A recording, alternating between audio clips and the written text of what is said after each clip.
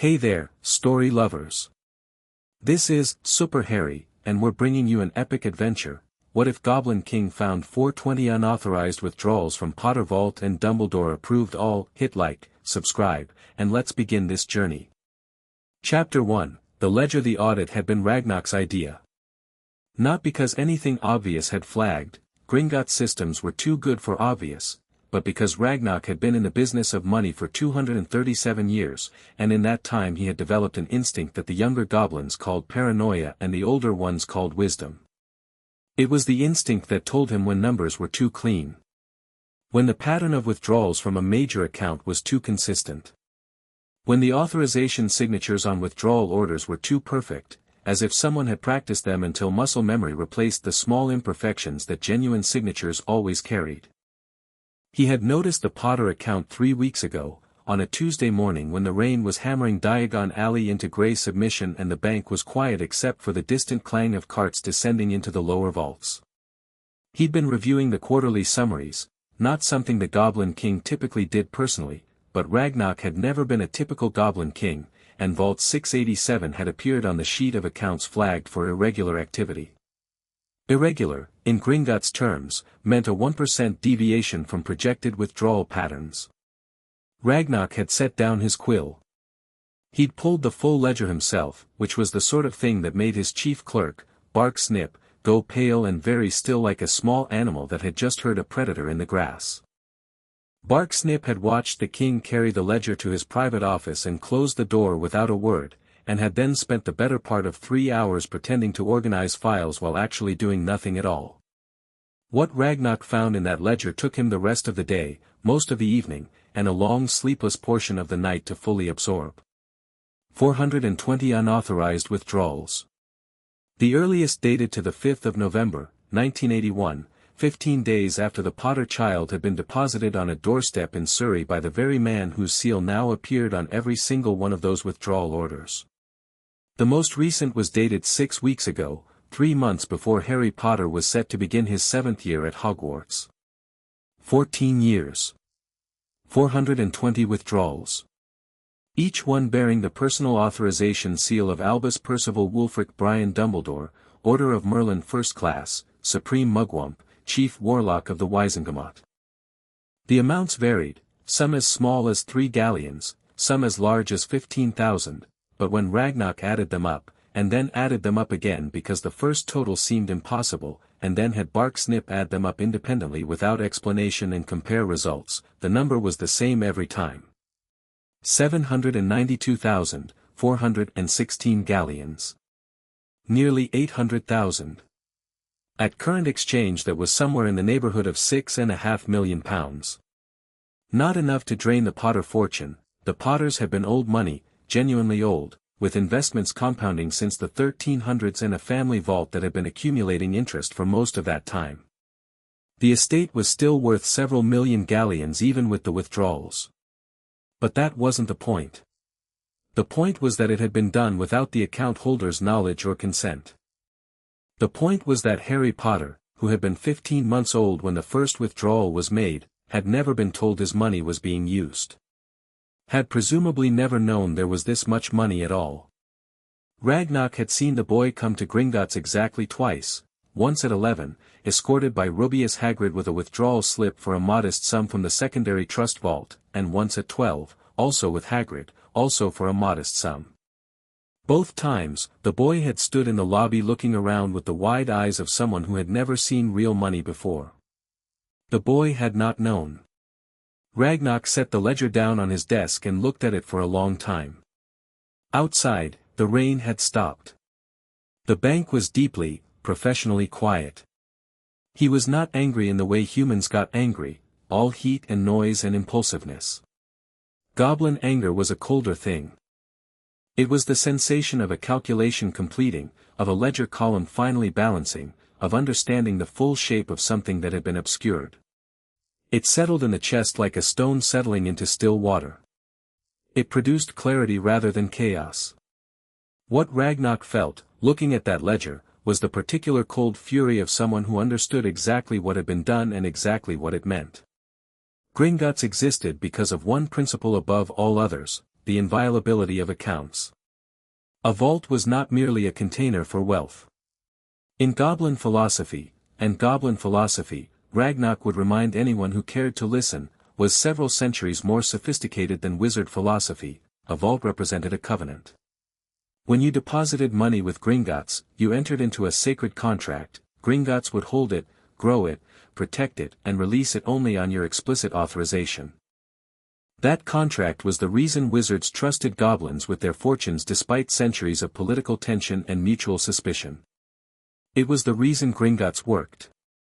What Dumbledore had done, what Dumbledore had been doing for 14 years, systematically, methodically, one perfectly forged authorization at a time, was not merely theft. It was a desecration. It was someone walking into a temple and using the altar as a cutting board. And the signatures. That was the thing that had kept Ragnarok up half the night. Not because the forgeries were bad, they were excellent, some of the best he had ever seen, but because of what the excellence implied. Dumbledore had not dashed these off. He had practiced. He had refined the technique over time. The early signatures showed slight imperfections that the later ones lacked.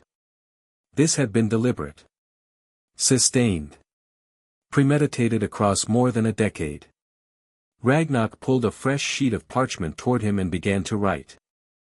Ragnarok signed it, sealed it with his personal wax rather than the bank's standard seal, and set it aside. Then he began preparing the second letter, the one that would go to his legal counsel, instructing them to prepare a full accounting of Goblin law as it pertained to unauthorized account access, the penalties applicable to parties who had facilitated such access, and the remedies available to account holders who had been victimized. He worked through the morning with the calm focus of someone who has made a decision and is now simply executing it, one step at a time. The letter arrived on a Thursday. Harry was in the back garden at Privet Drive, nominally weeding the flower beds as part of that summer's list of chores, actually sitting on the grass with his back against the fence and a Transfiguration text open in his lap. He wasn't reading it. He was watching a beetle make its determined way across the flagstones and thinking about nothing in particular with the focused intensity of someone trying very hard not to think about anything specific. The summer had been heavy. That was the word for it. Heavy. Sirius had been dead for a month and the grief sat on his chest like a stone that hadn't decided yet whether it was going to crush him or just make it harder to breathe. Dumbledore had explained things at the end of the year, the prophecy, the reason for the occlumency lessons, the reason for his time at the Dursleys, and Harry had listened and nodded and walked away feeling simultaneously like everything made sense and like he'd been handed a map to a country he'd never wanted to visit. He was 17 in 2 weeks. He did not feel 17. He felt, on most mornings, approximately 1,000 years old and very tired. The owl arrived from the east, banking low over the Dursley garden with the particular sharp-winged efficiency of a bank courier. It landed on the fence post 3 feet from Harry's head, extended its leg with the impersonal authority of something that had a job to do, and waited. Harry untied the letter. The owl departed without waiting for a reply, which was unusual enough that Harry looked at the seal before he opened it. The wax was deep burgundy black and pressed with a design he recognized from his single visit to Gringotts at age 11, crossed pickaxes beneath a key, which was the standard Gringotts seal, except there was a second impression beneath it, a crown above a mountain, which he didn't recognize. He broke the seal and read. He read it twice, because the first time through he thought he'd misunderstood. The language was formal and precise and told him nothing specific except that something significant had come to the attention of the Goblin King and that his presence was required. Not requested, required was the word used in the final paragraph, he noted, despite the earlier phrasing of requested. The shift was intentional. He could tell. He sat with the letter for a moment. The beetle had reached the other side of the flagstones and disappeared into the grass. Then Harry folded the letter, put it in his pocket, went inside, and wrote 3 words on a scrap of parchment, "I'll be there." He sent it back with Hedwig and spent the rest of the afternoon finishing the weeding with unusual thoroughness, because he needed something to do with his hands while his brain worked. He took the night bus to London on Friday morning without telling the Dursleys where he was going, which was easy because the Dursleys had developed a policy that summer of not asking Harry questions, since questions led to conversations and conversations led to the possibility of answers, and the Dursleys preferred Harry to be as close to invisible as possible. He arrived in Diagon Alley at 9:40, which gave him 20 minutes to walk the length of the alley and observe that it was noticeably quieter than it had been the previous summer. 3 shops had closed. The joke shop twins had expanded their premises, which was the only genuine sign of life in the whole stretch. He pushed open the doors of Gringotts at 9:58. The goblin at the central desk looked up, clocked him with the particular professional blankness of someone who recognized him but had no intention of acknowledging it, and said, "Name." "Harry Potter. The king is expecting you." A pause, fractional, just long enough to be meaningful. "I'll have someone take you up immediately." "Up. Not down, to the vaults. Up, to the offices." Harry had never been to the upper floors of Gringotts. He hadn't known there were upper floors until the desk clerk led him to a corridor behind the main hall and a lift that carried him 3 stories in polished brass silence. The office he was shown to was not what he'd expected. He wasn't sure what he'd expected, something severe and fortress-like, probably, but this was a room with actual windows, charmed. They were underground in terms of geography, but the illusion was convincing, showing a view of rolling gold hills, and bookshelves covering 2 entire walls floor to ceiling, and a desk the size of a dining table. The fireplace was lit. The chairs in front of the desk were sized for humans, which seemed like a deliberate choice. Ragnarok was already seated behind the desk.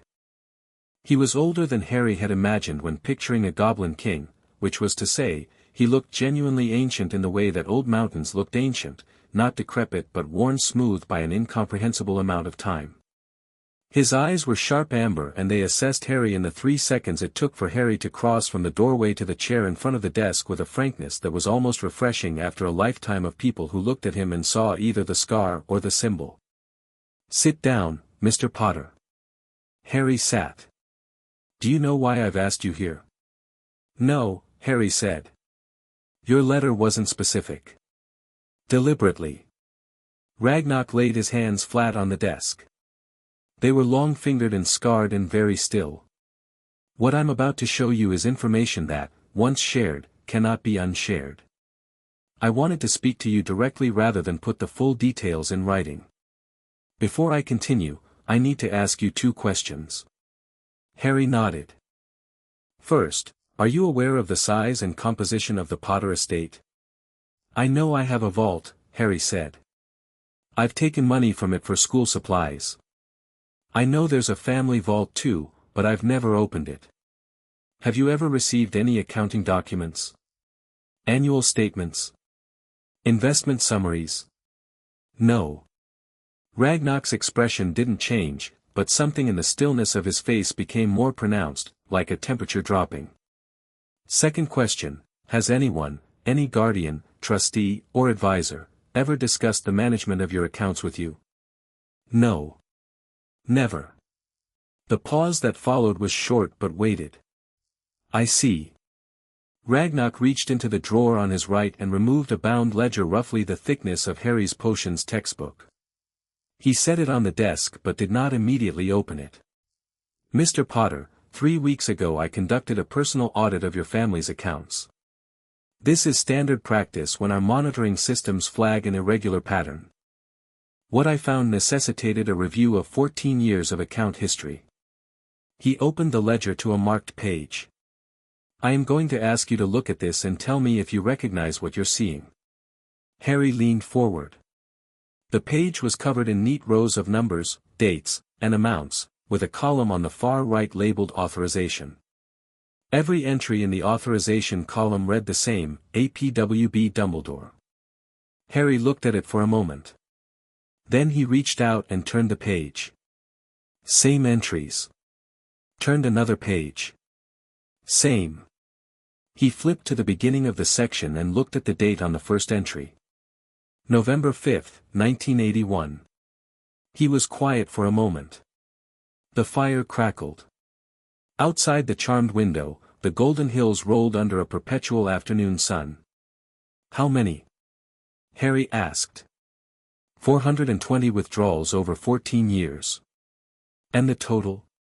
792,416 galleons. Harry sat back in the chair. He looked at the ledger. He looked at Ragnarok. He said, and none of these are legitimate? None of them have any authorized signature. None.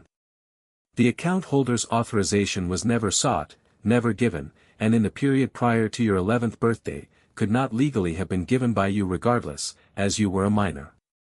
However, and this is the point of significant legal weight, the terms of the Potter Trust, established by your father in 1979, specified that in the event of the account holder being a minor, withdrawals above 5 galleons required the countersignature of both the designated trustee and the Gringotts account manager. No such countersignatures exist on any of these withdrawals. The designated trustee, furthermore, was never Albus Dumbledore. Who was it? Your godfather, Sirius Black. Something shifted in Harry's chest. He let it shift, acknowledged it, and set it aside for later. And when Sirius was in Azkaban? Succession of trusteeship passes in such cases to the secondary trustee named in the document. In the case of the Potter Trust, the secondary trustee was Frank Longbottom. Harry was quiet for another moment. He thought about Frank Longbottom, who was in a bed at St. Mungo's Hospital, not knowing his own name. He thought about the particular neatness of that, Sirius in Azkaban, Frank Longbottom unreachable, the infant Harry on a doorstep in Surrey, and someone with a good enough forgery and an uncontested seal helping himself to the account at regular intervals for 14 years. What are the signatures? Harry asked. The forged ones, how good are they? Ragnarok opened the ledger to the first marked page and turned it to face Harry. See for yourself. Harry looked. The signature was neat, distinctive, unmistakably Dumbledore's. He'd seen it on enough school documents over the years to recognize the particular looping D, the cramped but elegant flourish at the end. They're good, Harry said. They are excellent, Ragnarok agreed. The progression over the years is notable. The earliest examples show minor deviations from Dumbledore's authenticated signature, which we have on file from the bank's own records. By the third year, the forgeries are indistinguishable by any standard magical analysis. The forger had access to authentic examples, considerable access, and practiced extensively. Harry looked up. You're saying these aren't actually Dumbledore's signature? I am saying that the forgeries are so good that a court would require extraordinary evidence to rule them counterfeit. Ragnarok's amber eyes were steady. However, Gringotts has conducted its own analysis, and I am personally satisfied that these signatures were created to appear as Dumbledore's authorizations. The seal used to authenticate them is, however, a different matter. The seal. Ragnarok reached into the ledger and removed a single slip, one of the earlier withdrawal orders, and placed it face up on the desk. There, pressed into red wax at the bottom of the document, was a seal. Small, precise, and bearing a design that Harry had never seen before but that Ragnarok apparently had. That is Dumbledore's personal signet seal, Ragnarok said. Not a copy. Not a forgery. The actual physical seal, pressed by the actual physical object. We have the comparison wax casting on file. They match within 1/10 of a millimeter across all 420 impressions. The fire crackled. So the signatures are forged, Harry said slowly, but the seal is real. Yes. Which means someone either had Dumbledore's personal seal for 14 years, Harry said, or Dumbledore himself pressed it every time while someone else wrote the signature. That, Ragnarok said, with the air of a teacher whose student has arrived at the correct answer by their own route, is precisely the question. Harry looked at the withdrawal slip on the desk. He looked at it for a long time. There was a thing happening in his chest that was not quite any emotion he had a name for, it was too cold for anger, too focused for grief, too clear for shock. It was the sensation of a picture coming into focus. Not a new picture, but a familiar one he'd been looking at from the wrong angle for a very long time. He thought about Dumbledore explaining, at the end of last term, that everything had been necessary. That keeping Harry in the dark had been necessary. That the Dursleys had been necessary. He thought about the way Dumbledore's explanations always arrived after the damage had been done, and how they were always framed as inevitabilities rather than choices. He thought about 792,000 galleons. "What does Goblin law say about this?" Harry asked. Ragnar's expression shifted. It was subtle, a fractional straightening, a slight increase in the intensity of those amber eyes, but Harry read it accurately. This was Ragnar responding to being asked the right question by someone he hadn't expected to ask it. Goblin law, Ragnar said, treats the inviolability of vaults as a foundational principle. Unauthorized access to an account is among the most serious offenses recognized by our legal code. The remedies available to the account holder are extensive. He paused. Under Goblin law, Harry Potter could demand full restitution of the stolen sum, trebled. He could demand a full public accounting before a joint session of the Wizengamot and the Goblin High Council. He could file for a criminal referral to the International Confederation of Wizards, which would trigger an investigation at a level that no single ministry or institution could suppress. And wizard law? Less satisfying, historically. But the current Wizengamot statutes on fiduciary misconduct are strong enough, in combination with the Potter family's historical standing and the weight of our documentation, that a competent legal team could pursue civil and criminal remedies simultaneously. Harry nodded slowly. "You said the designated trustee was Sirius. And Sirius is, I know." Ragnar's voice was neutral but not unkind. "I am aware of the events of last month. I am sorry for your loss, Mr. Potter." It was so direct, so undecorated, none of the stammering awkwardness that wizards brought to condolences, that Harry felt something briefly loosen in his chest before he tightened it back up. "Thank you. With the death of Sirius Black, the trusteeship of the Potter accounts reverts to you. You reach the age of majority 2 weeks from now, at which point the trust would have dissolved regardless. For the purpose of today's discussion, Gringotts is prepared to recognize you as the account holder with full legal standing, effective immediately. What does that mean practically? It means you can authorize actions, sign orders, pursue legal remedies, claim assets." Ragnar reached back into the same drawer and produced a second bound document, this one sealed with both the Gringotts crown and mountain and a second mark Harry recognized after a moment as the Potter family crest, a stag rampant on a field of silver. "It also means that this is waiting for your signature." Harry reached forward and took the document. He opened it, skimming the formal language. It was a comprehensive accounting of the Potter estate, not the trust vault but the full estate, the one Hagrid had said was sealed. There were several pages. Harry turned them, reading the numbers. He set the document down. "I wasn't told about any of this," he said. "Not the full estate. Not the trust terms. Not the trustee provisions. Nothing. No." Ragnar's voice was very even. "You were not." "Why not?" That should have been, Harry stopped. He knew the answer.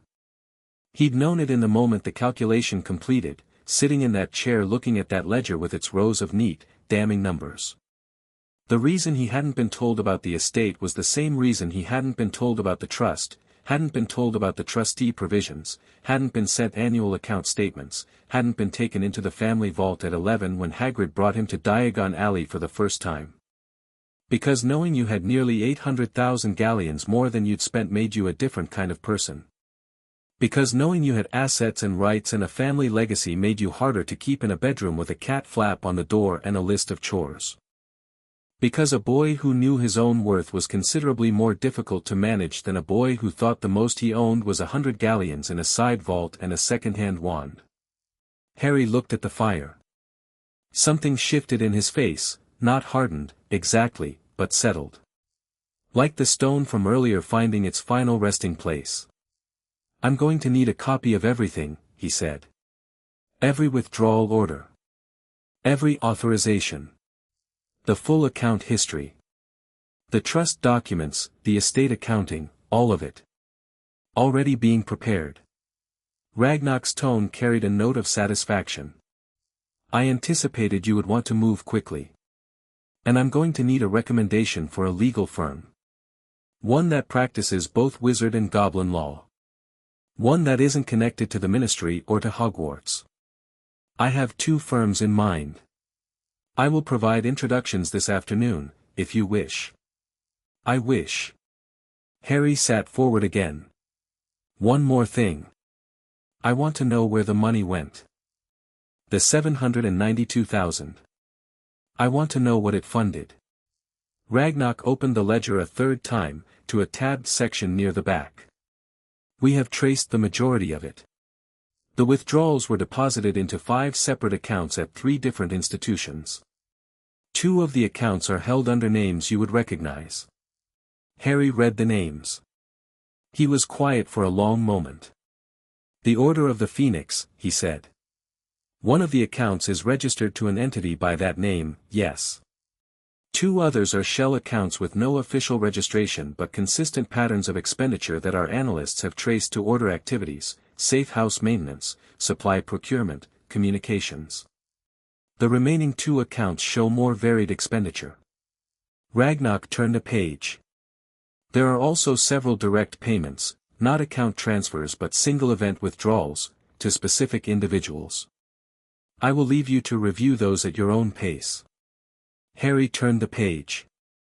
He read the names of the direct payment recipients and did not say anything for a long time. The fire had burned down slightly.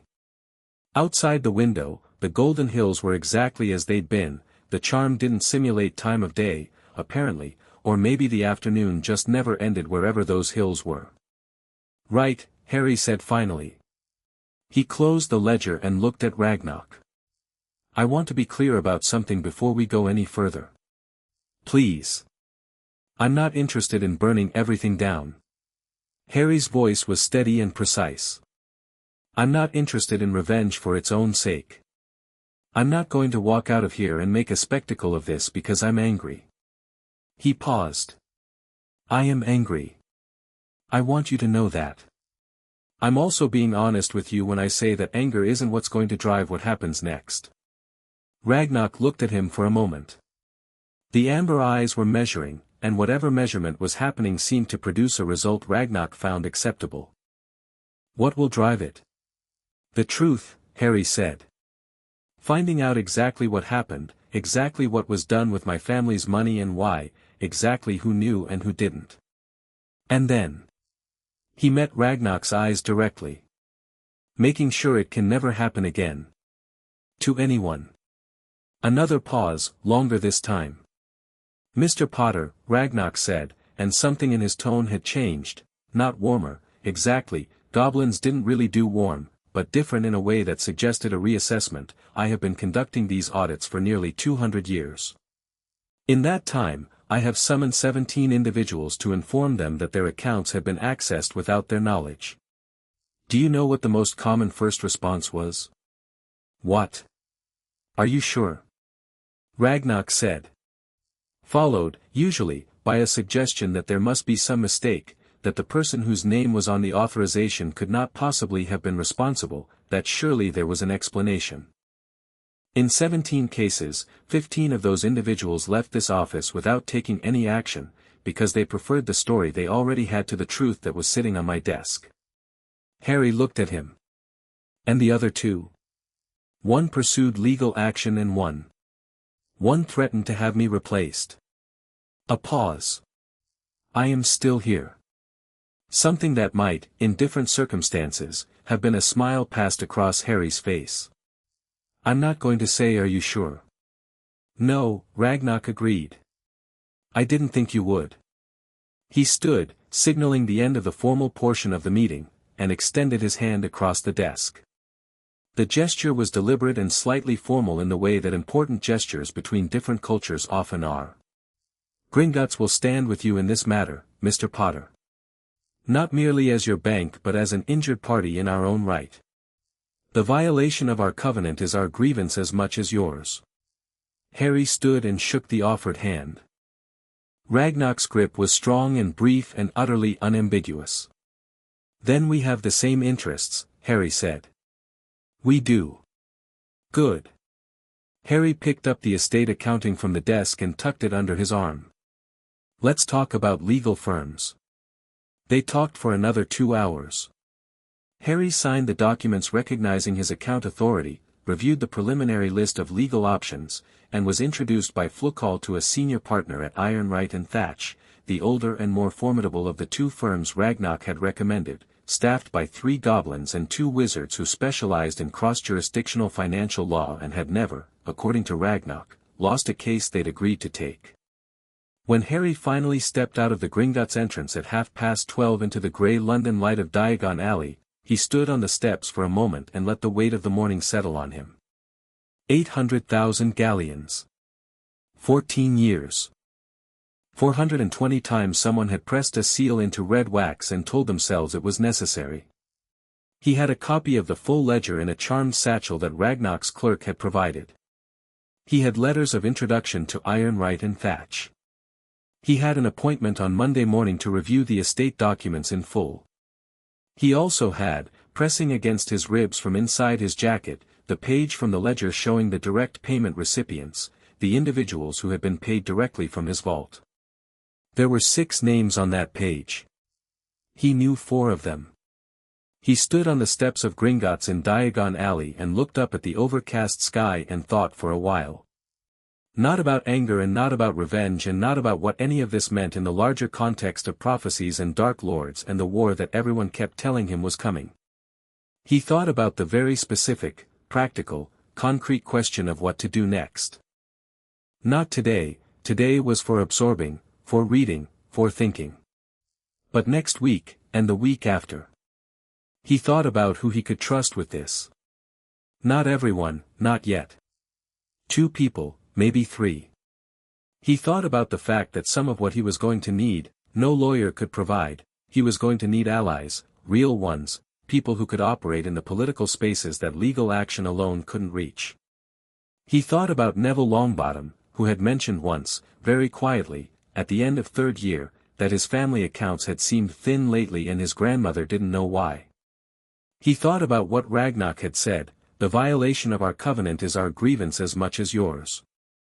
And he thought about Narcissa Malfoy, which was a strange thought to have, except that the strange thoughts were sometimes the useful ones, and what Harry knew about Narcissa Malfoy was that she was intelligent, calculating, deeply invested in her family's survival, and deeply unhappy with the direction her husband's loyalties had taken those prospects. He knew that because he'd been paying attention to things people assumed he wasn't paying attention to, for the same reason he'd been paying attention to everything, because nobody had ever bothered to tell him anything, and so he'd learned to read what wasn't said. The clouds shifted. A thin bar of sunlight moved across the alley and then was gone. Harry went to get lunch, because he hadn't eaten since early morning and there was a lot of work to do, and you couldn't do work well on an empty stomach. He walked with his hands in his pockets and the satchel on his shoulder and his face calm and his eyes very clear, and the few people who passed him in the alley and recognized him saw something that made them look twice, not because he looked famous or frightened or burdened, but because he looked, for the first time anyone could remember seeing on Harry Potter's face, completely and quietly certain. Chapter 2, The Shape of 14 Years. The documents took 3 days to read properly. Not because Harry was slow, he'd torn through Hermione's annotated copy of Advanced Magical Theory in 2 days once out of sheer boredom at the Dursleys, but because the Potter estate accounting was not the kind of document you read once and understood. It was the kind of document that revealed itself in layers, like an archaeological dig, where the deeper you went the more significant the findings became and the more carefully you had to handle each new discovery. He read it at the kitchen table after the Dursleys went to bed, with Hedwig on the chair beside him and a pot of tea going cold at his elbow. He used a Muggle highlighter from Dudley's desk, yellow for general information, pink for things he didn't understand yet, orange for things that made his stomach tighten, and by the end of the first night the pages were more orange than anything else. The Potter estate was old in the way that very few wizard families were old. The trust vault Harry had been drawing his school money from, the one Hagrid had taken him to at 11, the modest stone room with the pile of gold that had seemed enormous when he was a child and seemed considerably less significant now, was the smallest of 3 active accounts. There was also a primary investment account that had been compounding returns since 1743 and a property account managing the proceeds from 6 wizarding properties across Britain, 2 of which were currently rented and generating income that had been accumulating untouched in a sub-account because no one had ever sent Harry a statement and therefore no one had ever told him there was rent to collect. He was, by any reasonable calculation, quite wealthy. The trust documents were worse than the accounts, because the trust documents were written in the particular dense legal language that managed to be both technically precise and emotionally devastating. His parents had written them in 1979, 2 years before they died, with what Harry could only read as careful, loving foresight. James and Lily had not expected to die, you never really did, even in wartime, but they had prepared for it with thoroughness that suggested they understood the world they were living in. The provisions were detailed and specific. Sirius as primary trustee. Frank Longbottom as secondary. Annual accountings to be delivered to the trustee on behalf of the minor account holder. Quarterly investment reviews. A mandatory review of the full estate to be conducted on the account holder's 17th birthday, at which point all assets would transfer unconditionally. There was also a section titled Educational and Personal Provisions, which specified that funds from the estate were available, on trustee authorization, for Harry's education, housing, personal needs, and general welfare. The word welfare was used specifically. His parents had allocated a discretionary welfare fund of 15,000 galleons per year, indexed to inflation, for the provision of a comfortable living situation for their son. 15,000 galleons a year for 17 years, minus the first 2 when Harry had been too young for the provision to apply. That was 225,000 galleons that had sat in a sub-account labeled welfare, H.J. Potter, while Harry slept in a cupboard under the stairs. He sat very still at the kitchen table for a long time after reading that. He was not going to be angry about the cupboard right now. The cupboard was 14 years ago and he had made his peace with it, or something like peace, the functional substitute you constructed when actual peace wasn't available. But the clarity of it, this number, this fund, this specific provision his parents had made to ensure he had a comfortable living situation, that sat on him differently. Not new pain, exactly. More like finally seeing the full shape of something he'd already known was wrong. He closed the documents at 2 in the morning, made a fresh cup of tea that he also let go cold, and sat in the dark kitchen of Privet Drive writing a 2-page summary of his notes in a handwriting so compressed and precise it barely looked like his own. On Sunday he sent 2 letters. One to Hermione, "Can you come to Diagon Alley Tuesday? I need to show you something. Don't mention it to anyone yet. H." The other to Neville, "Meet me at Flourish and Blott's Tuesday morning. Bring anything you have about your family's Gringotts accounts. I know that sounds strange. Trust me. Harry." Both replies came by Monday evening. Hermione's was 3 lines, "Yes. I'll be there at 9. What's going on?" Neville's took longer, his owl was slower, and arrived just before Harry went to bed, "All right. I've got the quarterly statements Gran keeps in the study. She never explains them to me. Maybe you can." Monday morning was the appointment with Ironwright and Thatch. The firm occupied the upper floor of a narrow building on a lane behind Gringotts that most wizards walked past without noticing because it didn't advertise and didn't need to. The building had no sign. The door was heavy iron-banded oak that opened when Harry knocked without anyone appearing to open it, which was either a security charm or the kind of ambient magic that built up in a place that had been conducting serious legal business for a very long time. The senior partner who met him was named Goldmine, which was a goblin name so precisely on the nose that Harry suspected it was either a professional nickname or a coincidence so perfect it had become self-fulfilling. Goldmine was shorter than Ragnarok, with the quick, precise movements of someone who lived inside their own thoughts and had adapted their body to keep up. He spoke fast and expected Harry to keep up, which Harry did. The human partner was a woman named Cressida Vane, no relation, she told him preemptively, to the Hogwarts student, who was in her mid-40s with close-cropped gray hair and the kind of focused stillness that Harry associated with very good orators. She specialized in Wisengamot procedure and had, according to Ragnar's introduction letter, successfully prosecuted 2 sitting ministry officials in the past decade, both of whom had been assumed untouchable. They sat across from Harry at a table in a room that held nothing except the table, 3 chairs, and the case documents that Harry had brought from Gringotts, now organized into 5 labeled folders.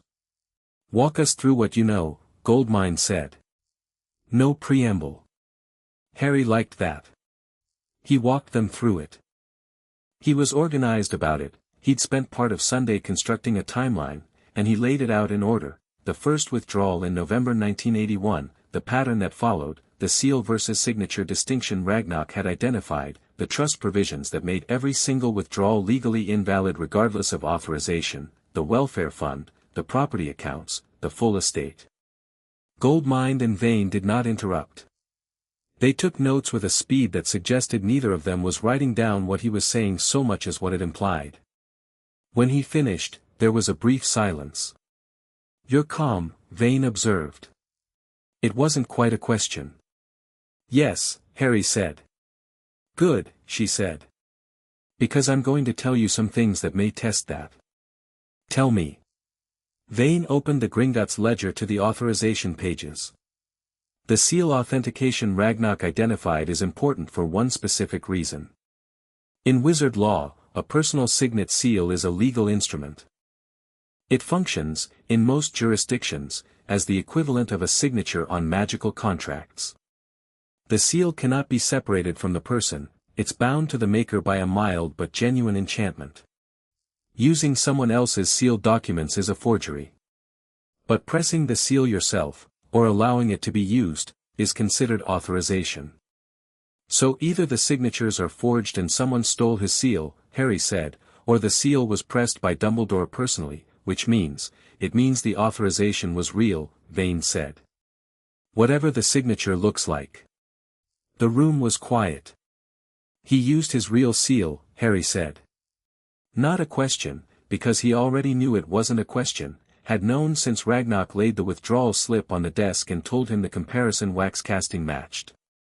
He'd just been waiting to say it out loud in a room where someone else could confirm the implication. "Almost certainly, yes.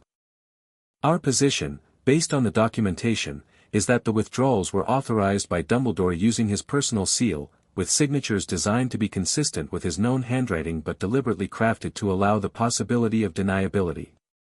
The imperfection in the early signatures, which Ragnar flagged as evidence of forgery practice, we read differently." "You read them as deliberately imperfect," Harry said. Goldmine looked at him sharply, the way Ragnar had looked at him when he'd arrived at the seal versus signature conclusion on his own. "Yes. The early signatures are slightly off in ways that have a specific characteristic, they are imperfect in precisely the ways a first-rate forger would be imperfect in early attempts. They look like forgery practice. Which is useful if you ever need to argue that the seal was stolen and the signatures are the forger's early work." "A built-in defense," Harry said. "A built-in defense. Built-in from the beginning, which tells us the authorization scheme was conceived with legal challenge in mind from the start." Goldmine tapped the ledger with one long finger. 14 years ago, someone sat down and designed this to be defensible. That is not the work of someone who grabbed an opportunity. That is planning. Harry thought about that, the specificity of it, the vision required to design a theft that could withstand legal scrutiny before the first withdrawal was even made, and filed it in the part of his mind where he kept the things he needed to think about properly when he had time. "What are my options?" he asked. Vane and Goldmine exchanged a glance that communicated something between them in the compressed shorthand of long professional partnership. "The strongest legal path," Vane said, "is a civil action in the Wisengamot for breach of fiduciary duty combined with a criminal referral for account fraud under the Financial Integrity Act of 1876. Both can run simultaneously. The civil action allows for treble damages under Goblin law, which Gringotts would pursue on their own behalf as an injured party. The criminal referral, if accepted, triggers a mandatory investigation by the Wisengamot's Financial Oversight Committee. How fast? The civil filing can be submitted this week. A hearing date would be set within 40 days under standard procedure. Vane paused. But Harry, the standard procedure assumes a case without extraordinary complicating factors. Albus Dumbledore is the chief warlock of the Wizengamot. He presides over hearings.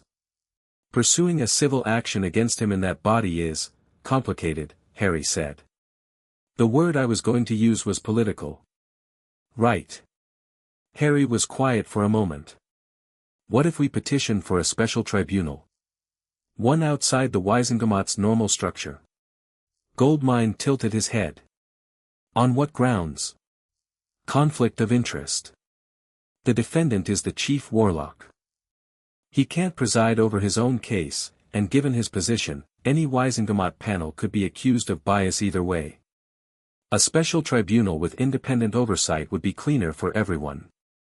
Another exchanged glance between Goldmine and Vane, this one carrying what Harry interpreted as a slight upward revision in their assessment of the person sitting across from them. That argument has legal merit, Vane said carefully. It would require petitioning the Minister of Magic directly, bypassing the Wizengamot entirely. And it would require the petition to be supported by parties with sufficient standing to force a response. How much standing? The Potter family has enough on its own. The Black estate, you are the heir of Sirius Black, which gives you the Black seat in the Wizengamot as well as the Potter seat, adds considerably more. A combined petition from both seats, supported by Gringotts as an institutional party, would be extremely difficult to ignore. Harry nodded slowly. I'm going to need to formally claim both seats before we file. Yes. How long does that take? The Potter seat is straightforward, you're the sole heir, of age in 2 weeks, documentation is clean. The Black seat is more complex because of the disputed nature of Sirius Black's estate and the existing will challenge from Bellatrix Lestrange. Vane opened a separate folder. However, the will is clear. Sirius Black's will was filed with Gringotts in 1994 when he escaped Azkaban, naming you as sole heir. Gringotts holds the original. The challenge from Lestrange is on procedural grounds that we can defeat in a preliminary motion. Do that, Harry said. Move on the Black seat first, actually, it's the more powerful of the two in terms of historical Wizengamot weight. Goldmine wrote something. You've been reading about Wizengamot history, he said. It wasn't quite a question either. I've been reading about a lot of things, Harry said. They worked for 2 more hours, mapping out the legal strategy in detail.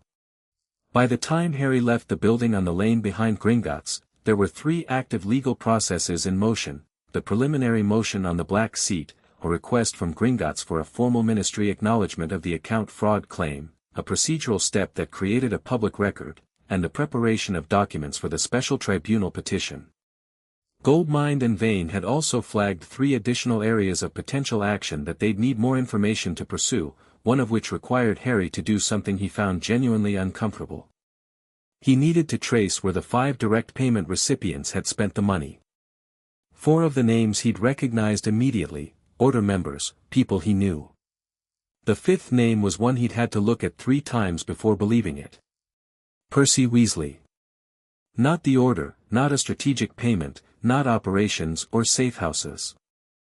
A direct payment of 3,000 galleons to Percy Weasley in August of 1994, which was the summer before Harry's 4th year, which was 2 months before Percy had taken up his position as Bartemius Crouch's personal assistant at the ministry. Harry had sat with that for 2 days without knowing what to do with it. He still didn't know. He set it aside. Tuesday morning was overcast and smelled like rain coming. Hermione arrived at Flourish and Blots at 9 o'clock exactly, which was Hermione precisely. She would have been 10 minutes early except that being 10 minutes early to a mysterious summons from Harry would have felt, to her, like conceding to the mystery rather than managing it, so she arrived exactly on time as a compromise between anxiety and dignity. She was wearing her regular summer clothes and carrying a bag that was considerably heavier than it appeared, because Hermione Granger's bags were always heavier than they appeared. She found Harry in the back of the shop, in the narrow aisle between magical law and theoretical arithmancy, which was where Harry always went when he needed to not be seen by the general public. He was sitting on the floor with his back against the shelf and 3 books open beside him, reading something with the focused expression she associated with him being actively furious about something and managing it through research. She sat down across from him, cross-legged, without saying hello. "Tell me," she said. He told her. She didn't interrupt, which took effort he could see in the set of her jaw and the way her hands were very still in her lap. Hermione's hands were never still unless she was forcing them to be. He told her about the ledger, the seal, the withdrawals, the trust provisions, the welfare fund. He told her about Ironright and Thatch and the legal strategy. He told her about the direct payments. When he got to Percy Weasley's name she made a small, sharp sound and then went very still again. When he finished, the silence between them had texture. "The welfare fund," Hermione said finally. Her voice was extremely controlled. 225,000 galleons, set aside by your parents specifically for your comfortable living. Yes. While you lived in a cupboard. Yes. Hermione's jaw tightened. She looked at the shelf behind his head as if the books there had personally offended her. Harry watched her work through it, the grief, the anger, the instinct to fix it that ran up against the unfixability of the past, and then watched her put it away and come back to the present with the efficiency of someone who had learned to manage large emotions in service of useful action. "Right," she said. "What do you need from me?" "I need someone who can navigate academic and political sources simultaneously. Goldmine and Vane have the legal angle covered, but there's a layer of this that's about Hogwarts, specifically, some of the withdrawals funded what the ledger describes as facility modifications. I need to know what modifications, when, and whether they had any effect on," he paused. "On me. On my situation specifically." Hermione's eyes sharpened. "You think Dumbledore used your money to fund changes to Hogwarts that serve to control or monitor you?" "I think it's possible. I want to know if it's true." She was quiet for a moment. "That would require access to Hogwarts architectural records, which are held by the school governors, not by the ministry." "I know. And the school governors include Lucius Malfoy, who has been removed from the board but still has connections." She stopped. "You have a plan." "I have the beginning of one." She looked at him carefully. There was something different about him, she'd been noticing it since she sat down, something in the quality of his attention and the way he was holding himself. Harry at his best was determined and brave and occasionally brilliant, but there was always been an undercurrent of reactiveness, of someone responding to what the world was doing to him rather than initiating. This Harry was still. Quiet in a specific way. She thought of the word deliberate and felt it fit. "You're not telling me everything," she said. "No," he said, without apology. "Not because I don't trust you. Because some of what I'm planning needs to stay contained until I'm ready to move on it. If I tell you and you start researching, which you will, I might accidentally telegraph what you're doing," she finished, and sighed because it was annoying to be that predictable. "Fine. What can you tell me?" "Neville's coming at 10. There's something relevant to him in the records." Hermione's head came up. "His family's accounts?" "Just wait. Let him tell you what he brought." She pulled the bag off her shoulder and opened it, producing a notebook, 2 reference texts on Wisengamot law, and a folder of her own notes on what she clearly had spent the last 2 days researching based on Harry's vague message. "I started looking into Dumbledore's legal standing," she said. "His positions, Chief Warlock, Supreme Mugwump, Hogwarts Headmaster. Each position comes with specific fiduciary responsibilities and conflict of interest provisions. And he is technically prohibited, as Chief Warlock, from having any personal financial dealings with parties whose cases may come before the Wisengamot." She opened the notebook to a marked page. "The prohibition exists to prevent exactly what Ironright and Thatch will argue, that his management of Potter family funds constituted a personal financial relationship that compromised the independence of any Wisengamot action involving you. Including my trial in 5th year," Harry said. Hermione paused. Yes. Including that. Harry filed that away too. The trial where Dumbledore had appeared and defended him and the charges had been dismissed, which at the time had felt like rescue and now carried a slightly different flavor, the flavor of someone maintaining the situation they'd invested 14 years of management in. What else? Harry asked. The Supreme Mugwump position has its own provisions. It falls under the International Confederation of Wizards Code, which has stricter financial ethics rules than wizard law domestically.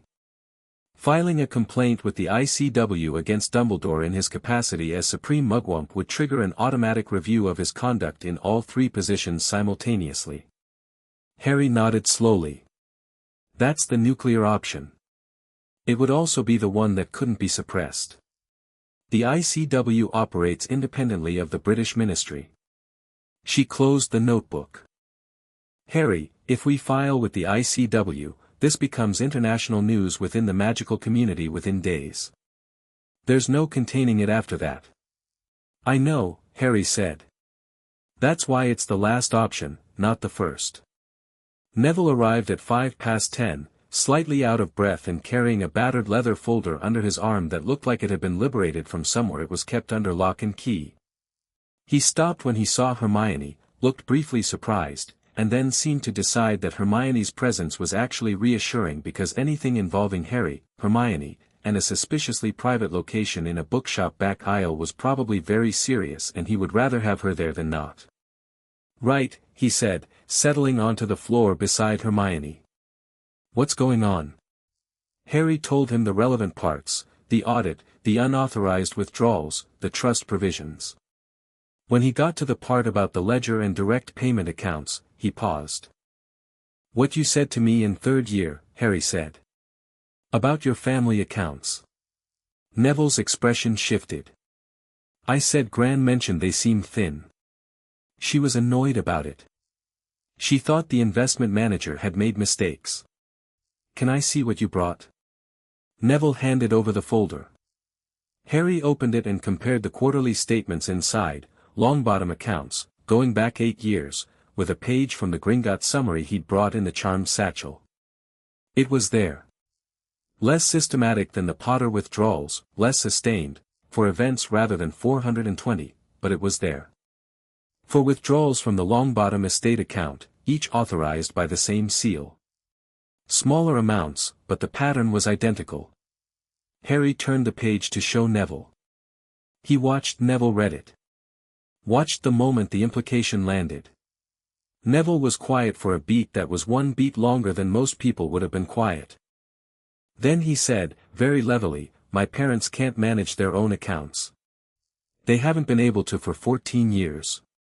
I know, Harry said. So whoever was managing things for them, was doing it without their knowledge or consent. Same as with mine. Harry held Neville's gaze. I want you to understand what this means before you decide anything. If you come into this with me, it gets bigger. 2 families is a pattern. A pattern is harder to explain away than a single incident. Neville looked at the page for another moment.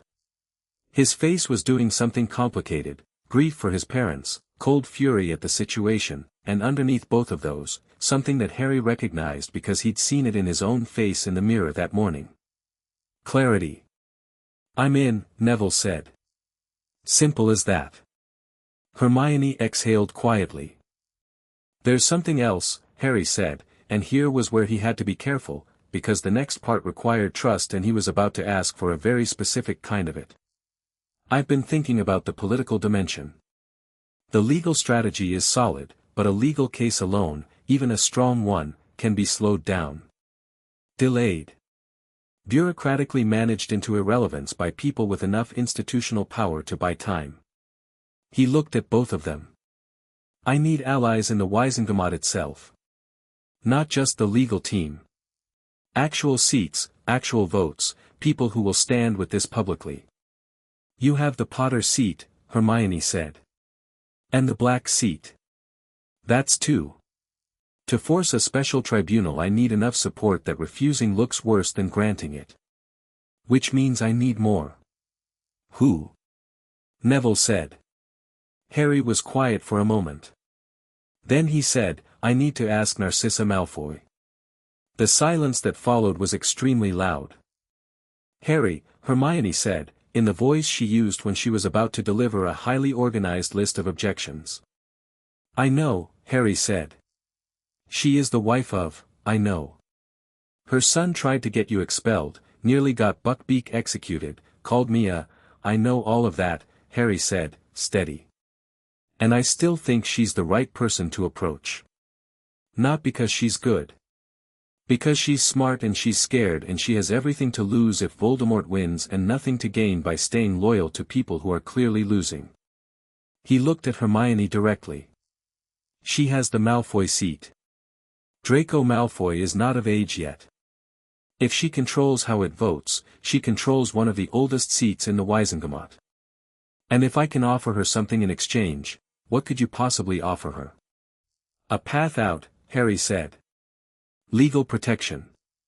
Cooperation with the Ministry in exchange for immunity from prosecution for anything below first-tier involvement in Death Eater activity." He paused. "She pulled Draco out of the Slytherin common room the night the dark mark appeared over the school in 4th year. Before anyone else moved. She already made her calculation. I'm just going to make it explicit." Hermione stared at him. The stare lasted approximately 10 seconds. Then she opened her notebook and started writing. "When are you planning to approach her?" "This week. You'll need a secure meeting location. Somewhere neutral that isn't Diagon Alley." "Madame Pudafoots in Hogsmeade?" Neville suggested, then immediately made a face. "No, that's terrible. Too visible." "Ragnarok offered the use of a Gringotts meeting room," Harry said. "Private, warded, legally neutral ground. If I send a letter proposing a meeting at Gringotts, she'll know it's about money and she'll come." Hermione capped her quill. "Harry. Before this goes any further. I need to ask you something." "Ask." She looked at him carefully. Her expression had the particular quality it got when she was saying something that cost her something to say. "Dumbledore believes, or believed, that he was protecting you. That everything he did was for the war effort, for the defeat of Voldemort. That your not knowing about your resources kept you safer, kept you more focused, kept you from," she stopped. "I'm not defending it. I'm not saying he was right. I'm saying that when this comes out publicly, he is going to make that argument, and he's going to make it convincingly, and some people are going to believe him. Including people we know." Harry nodded. "I know. And that's not going to change your mind." "No. Even if it damages the war effort. Even if people turn against you, or turn against the case, because they think you're being selfish in the middle of a war." Harry looked at his hands for a moment, and then at the books on the shelf behind Hermione's head, and then at her. His voice when he spoke was very even. "Hermione. Someone has been making decisions about my life since I was 15 months old without asking me. What to tell me, what to keep from me, where I lived, how much money I had access to, who was responsible for my welfare. And because of those decisions, I grew up with no knowledge of my own family's history, no understanding of the resources I had, no relationships with people who might have been looking out for me, and no say in any of it." He paused. "I'm not doing this because I'm angry and I want to blow things up. I'm doing this because if I go into whatever comes next with Voldemort with the same incomplete information and the same managed circumstances, there is a chance I lose. Not because I'm not good enough, but because someone's been playing the board without showing me the pieces." Hermione was quiet. "He's right," Neville said. Hermione closed her eyes briefly. When she opened them, the complicated feeling had settled into something that looked like resolution. "Okay," she said. "Okay. Then let's be thorough about it." They stayed in the back aisle of Flourish and Blots for another hour, Hermione's notebook filling with careful organizational notes, Neville going through his family's account statements and flagging anything that matched patterns from Harry's documents. The Longbottom withdrawals formed a small but coherent picture of their own, the money had gone to accounts linked to order activities, same as the Potter funds. Frank Longbottom's inability to serve as trustee had been as useful to whoever ran the financial arrangements as Sirius Black's imprisonment. Before they left, Harry stopped at the front of the shop and bought a single book, Wiesengemot Procedure and Parliamentary Law, 12th edition. The shop clerk looked at it and then looked at Harry, because it was a 3-inch thick volume that was almost exclusively bought by practicing solicitors and ministry officials. Harry paid for it, tucked it under his arm, and walked out into Diagon Alley where the first drops of rain were starting to come down. He had a letter to write. One that had to be exactly right, formal enough to signal that this was serious, specific enough that she would understand the nature of what he was proposing, and brief enough that it would leave her wanting more information. You didn't get someone like Narcissa Malfoy to a meeting by laying all your cards on the table. You laid enough of them that she could calculate her edge and decide the game was worth playing. He had that calculated. He'd been thinking about it since Friday, turning the phrasing over in his mind while he worked through the legal documents at the kitchen table. He wrote it in his room at Privet Drive that evening, in a voice that was not 17 and not famous and not what anyone who had met Harry Potter would have expected on first meeting him. It was, instead, simply the voice of someone who understood the board and expected the person reading the letter to understand it too.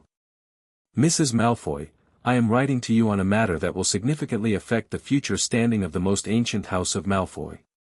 I am in possession of documentation pertaining to the unauthorized management of several wizarding family accounts, including information that may be relevant to your family's legal situation. I propose a meeting at Gringotts, at your earliest convenience, under the auspices of a sealed non-disclosure agreement. There is something I can offer you that I believe you will find worth hearing. Harry Potter. He sealed it with the Potter signet ring, which had arrived from Gringotts that morning with a letter from Goldmine confirming the estate transfer was complete, pressed into wax the color of deep bronze. He looked at the sealed letter for a moment. Then he handed it to Hedwig, who took it with the quiet dignity of an owl who had carried far stranger things and knew better than to ask. Outside, the rain was coming down steadily now, running in silver lines down the window of the smallest bedroom at number 4 Privet Drive. Harry sat back in his chair and looked at the sealed Potter estate documents, the Gringotts ledger, the copy of Wiesengemot Procedure and Parliamentary Law already bristling with folded paper markers, and the small stack of letters and notes from the day. The picture was coming into focus. Not complete yet, there were still pieces he didn't have, still connections to trace, still the question of exactly what Dumbledore had intended to do with all of it, whether the plan had a shape he could see if he got high enough to look at it. But the foundations were solid and the legal structure was in motion and the alliances were beginning. 2 weeks until his birthday. 2 weeks until he was officially of age, officially in control of both seats, officially the recognized head of house for both Potter and Black. Voldemort was out there, gathering. The war was coming whether Harry was ready or not. The prophecy sat in the back of his mind like a lone note held indefinitely, always there, always present. But Harry had spent 5 years walking toward that war with other people's maps. He was done with other people's maps. He picked up Wiesengemot Procedure and Parliamentary Law and opened it to the first marked page. Chapter 3, The Allies You Choose. Narcissa Malfoy's reply arrived in 4 hours. Not the next day, not by the end of the week, 4 hours after Hedwig left the window, a different owl arrived, sleek, silver-gray, the kind of bird that cost more than most wizards earned in a month. It carried a single card, not a letter, cream-colored and precisely cut, with 4 lines written in a hand so controlled it looked more like engraving than handwriting. Mr. Potter, Thursday, 11 o'clock. I will be at Gringotts. Your proposed terms are acceptable. Come alone. N.M. Harry read it twice, then set it on the desk beside his copy of the Wiesengemot procedural text. He'd expected to wait at least 2 days. The 4-hour turnaround told him 2 things: she had been waiting for something like this, and she was not going to pretend otherwise. He respected that. Thursday morning was one of those days in late July that couldn't decide whether it was summer or autumn, the sky a particular pale blue that looked bright at first glance and washed out on closer inspection. Harry arrived at Gringotts 20 minutes early, not because he was nervous but because the meeting room Ragnarok had offered came with the option to review documents before the other party arrived, and Harry intended to use every advantage available. Ragnarok met him personally at the upper floor lift, a small gesture, the kind that communicated volumes without requiring a single explicit word. He showed Harry to a room that was different from the king's own office, smaller, deliberately neutral, furnished with a round table so there was no head, 2 chairs of identical weight and design, and a carafe of water that was not there to be drunk so much as to give people something to do with their hands during uncomfortable conversations. "She will be punctual," Ragnarok said. "I expect so." She came with one companion. A legal advisor. "I've asked them to wait separately." "Good." Harry set his satchel on the table, removed 3 documents, and arranged them in a specific order. The first was the full estate accounting with the relevant pages flagged. The second was a single-page summary that Goldmine and Vane had prepared, a precise, dense paragraph of legal conclusions that said in 40 words what it took the full accounting 300 pages to establish. The third was a document Harry had written himself, 2 pages, no heading, that laid out a specific proposal. Ragnarok looked at the arrangement without touching anything. "You have done this before," he said. "No," Harry said. "But I've watched Dumbledore do it enough times that I understand the structure." Something in Ragnarok's expression shifted, not quite a smile. Goblins didn't smile the way humans did, but a quality of recognition, of acknowledging a specific kind of intelligence. He said nothing further and left the room. Harry sat down, poured himself a glass of water he didn't drink, and waited. She arrived at 11 o'clock precisely. Narcissa Malfoy was, Harry registered this in the first 3 seconds, filed it, and moved on, exactly as composed as she had been the 2 times he'd seen her before. At the Quidditch World Cup, polished and cold, the kind of woman who wore her bloodline like a second set of clothes. At the Ministry, briefly, in the chaos after the Department of Mysteries, pale, sharp-edged, looking for Draco in a crowd of disaster with an expression that cut through all her composure like a knife through silk. She was wearing dark grey today, something restrained and expensive. She looked at Harry when she entered the room and he saw her run the same 3-second assessment on him that he'd run on her, saw her take in the documents on the table, the lack of an advisor on his side, the fact that he didn't stand when she entered, and arrive at her own rapid series of conclusions. She sat down without being invited to sit, which was exactly what he'd expected. "Mr. Potter," she said. "Mrs. Malfoy. Thank you for coming. Your letter suggested I should." Her voice was the kind of control that had been practiced since childhood. "You mentioned information affecting my family's legal standing." "I did." Harry slid the single-page summary across the table. She picked it up and read it. She read it once, which was interesting. He'd expected her to read it twice. "Set it down." "How long have you known about this?" she asked. 10 days. "And the documentation is Gringotts authenticated?" "Ragnarok conducted the audit personally. The ledger is available for your review." Harry paused. "The relevant point, from your perspective, is the 3rd paragraph." She looked back at the summary. Her eyes moved to the 3rd paragraph, the one that listed the 5 accounts into which the unauthorized withdrawals had been deposited. One of those accounts, traced through 2 shell companies, terminated at a discretionary fund that Goldmine had identified as having made several payments to individuals on the Ministry's Department of Magical Law Enforcement payroll. Payments made in 2004 and 2005. Payments that had coincided, precisely, with the dropping of 2 investigation files into Malfoy business dealings that had been considered open and shut by the investigators originally assigned. Narcissa set the page down. Her expression hadn't changed, but her hands on the table were very still in the way that hands got when the person they belonged to was managing a significant interior event. "The Ministry payments," she said. "Yes. Those investigations were closed legitimately," she said. "My husband's legal team, I know," Harry said. "And that's not what I'm alleging." What I'm showing you is that money from my family's accounts was used, through several intermediaries, to facilitate outcomes that benefited your family. Whether your husband knew the source of those payments is irrelevant to what I'm proposing." He held her gaze. "What matters is that the money trail exists. And if this case goes to a full public accounting, which it will, that trail will be part of the record." Silence. "That," Narcissa said, slowly, "is what lawyers call leverage." "It's what I call honesty about the situation," Harry said. "I'm not threatening you, Mrs. Malfoy. I have no interest in pursuing action against your family. You're not the person I'm taking to account." "Then what do you want?" Harry slid the second document across, the 2-page proposal. She read it. This time she read it twice. When she set it down, there was something different in her face, still controlled, still composed, but with an undercurrent of something that might have been reluctant respect or might have been the look of a very good card player being shown a hand that was better than theirs.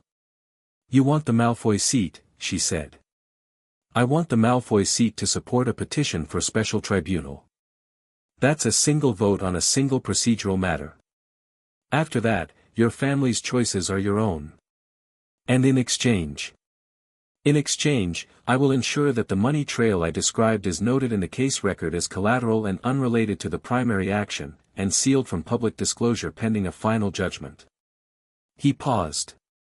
"Additionally, and this is separate from the legal case, I am in a position to provide cooperation with any future ministry proceedings regarding your family, should you choose to provide information about Death Eater activities to the appropriate authorities.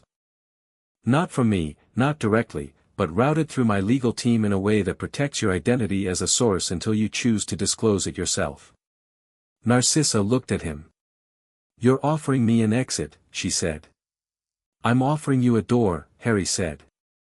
"You've been calculating how to get Draco out of what your husband has walked your family into since at least last year.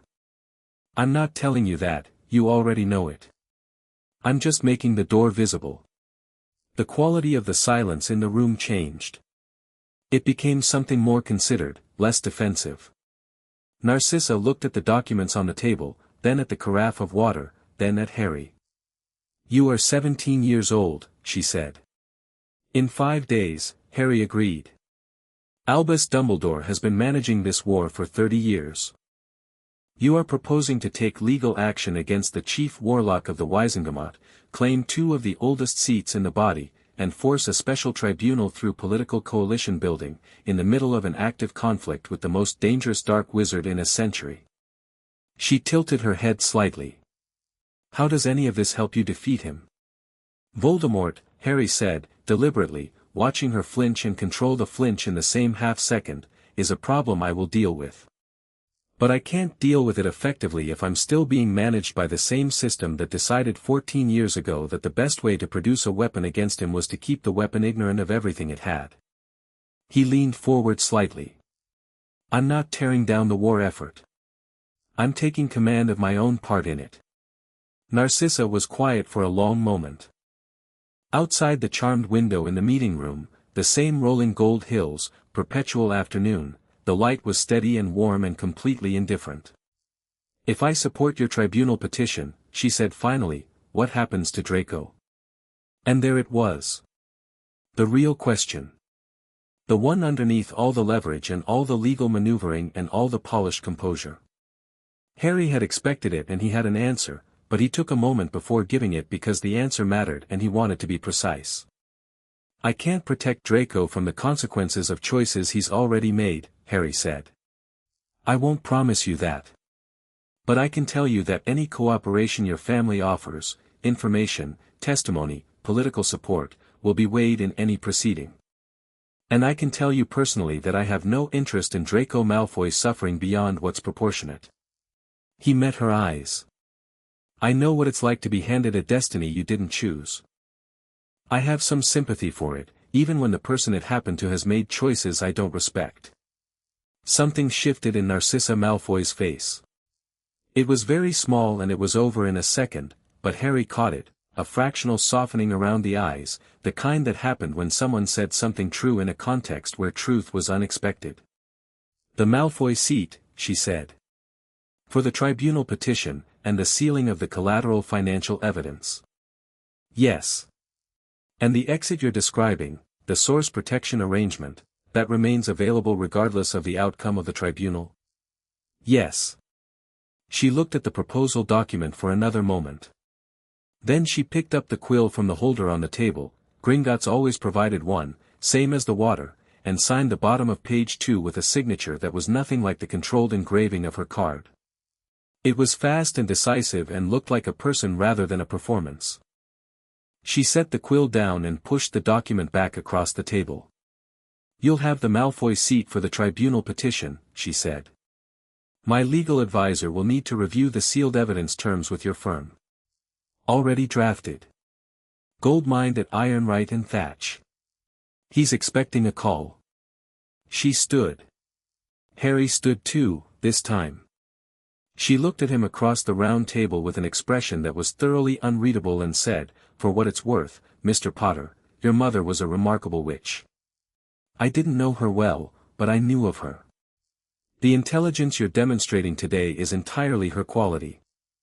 It was the last thing he'd expected her to say. He didn't show that. "Thank you," he said, and meant it. She left. The door closed without a sound. Harry sat back down, picked up the signed document, and looked at it for a moment. Then he allowed himself 15 seconds of being 17 years old and slightly overwhelmed, and then he put that away and picked up the quill. He had 3 more letters to write before lunch. The first was to Augusta Longbottom. Neville had warned him, Gran is formidable and she does not like surprises. Harry had taken that into account when drafting the letter, which was formal, respectful, and exceptionally precise. It told her, without euphemism, that documentation had come to light suggesting unauthorized withdrawals from the Longbottom estate accounts, that Harry was pursuing legal action in a related case, and that the Longbottom family's participation was not required but that the evidence would be stronger, and the outcome more comprehensive, with them. He'd been on the fence about whether Augusta would help. Neville settled it that evening when he flew-called from his grandmother's sitting room looking slightly windswept. "She wants to meet you," Neville said. "Tomorrow morning." She said. He glanced over his shoulder. She said, and I'm quoting, "Tell Mr. Potter that Augusta Longbottom does not sit on injustice," and then she started writing letters to 3 Wisengamot members she went to school with. "That's good," Harry said. "She's terrifying," Neville said. "But yes. That's good." Augusta Longbottom arrived at Gringotts on Friday morning in a hat that featured 3 taxidermied birds and an expression that made Ragnarok's chief clerk instinctively stand straighter. She was shown to a meeting room, different from Thursday's, larger, more formal, where Harry and Ragnarok were already seated and the relevant documents were laid out. She sat down, looked at the ledger, looked at the estate summary Goldmine had prepared for the Longbottom accounts, and looked at Harry. "You found this," she said. "Ragnarok found it," Harry said. "He called me in. I found the Longbottom connection in the secondary records." She looked at Ragnarok.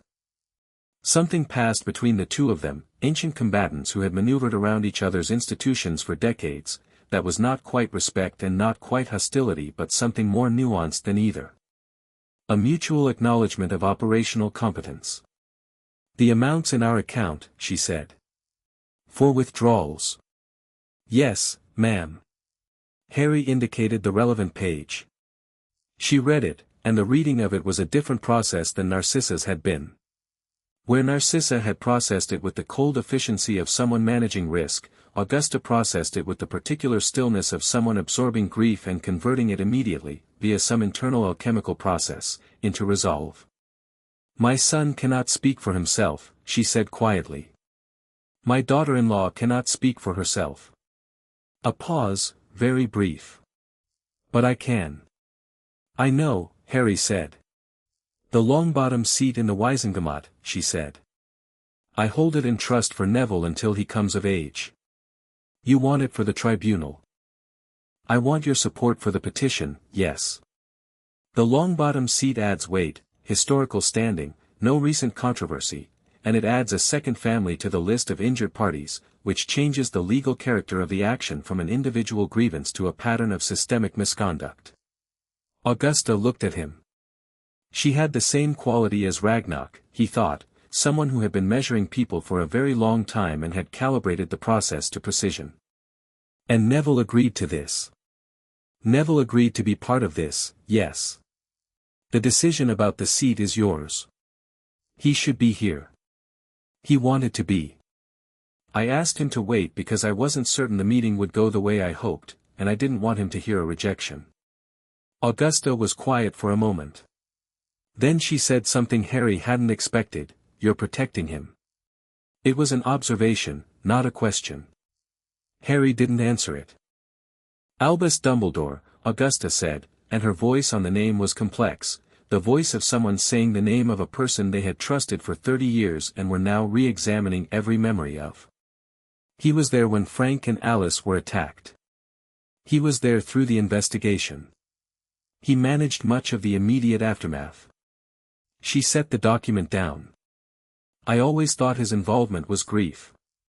Institutional grief. The loss of two of his best people.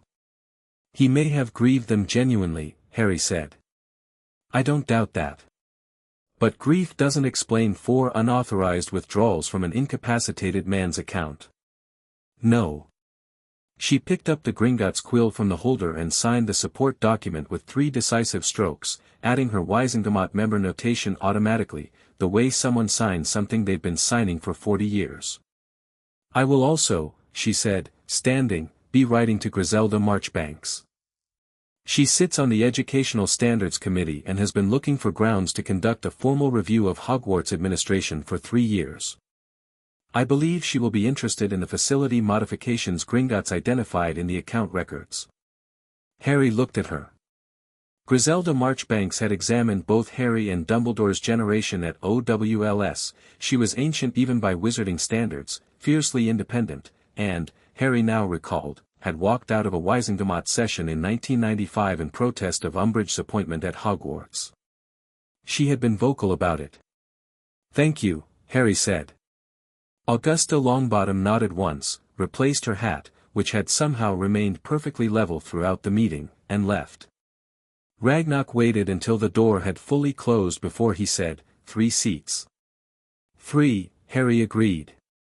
Potter, Black, Malfoy, and Longbottom. That's 4 for the petition. We need 5 for a formal forced response from the minister. The 5th? Harry had been thinking about this since Monday. The 5th seat needed to be someone with no connection to any of the other parties, no obvious axe to grind, no relationship with Dumbledore that could be construed as a personal vendetta. Someone who would read the evidence and make a decision based solely on the merits, and whose reputation for doing exactly that was unimpeachable. Tiberius Ogden, Harry said. Ragnarok went very still.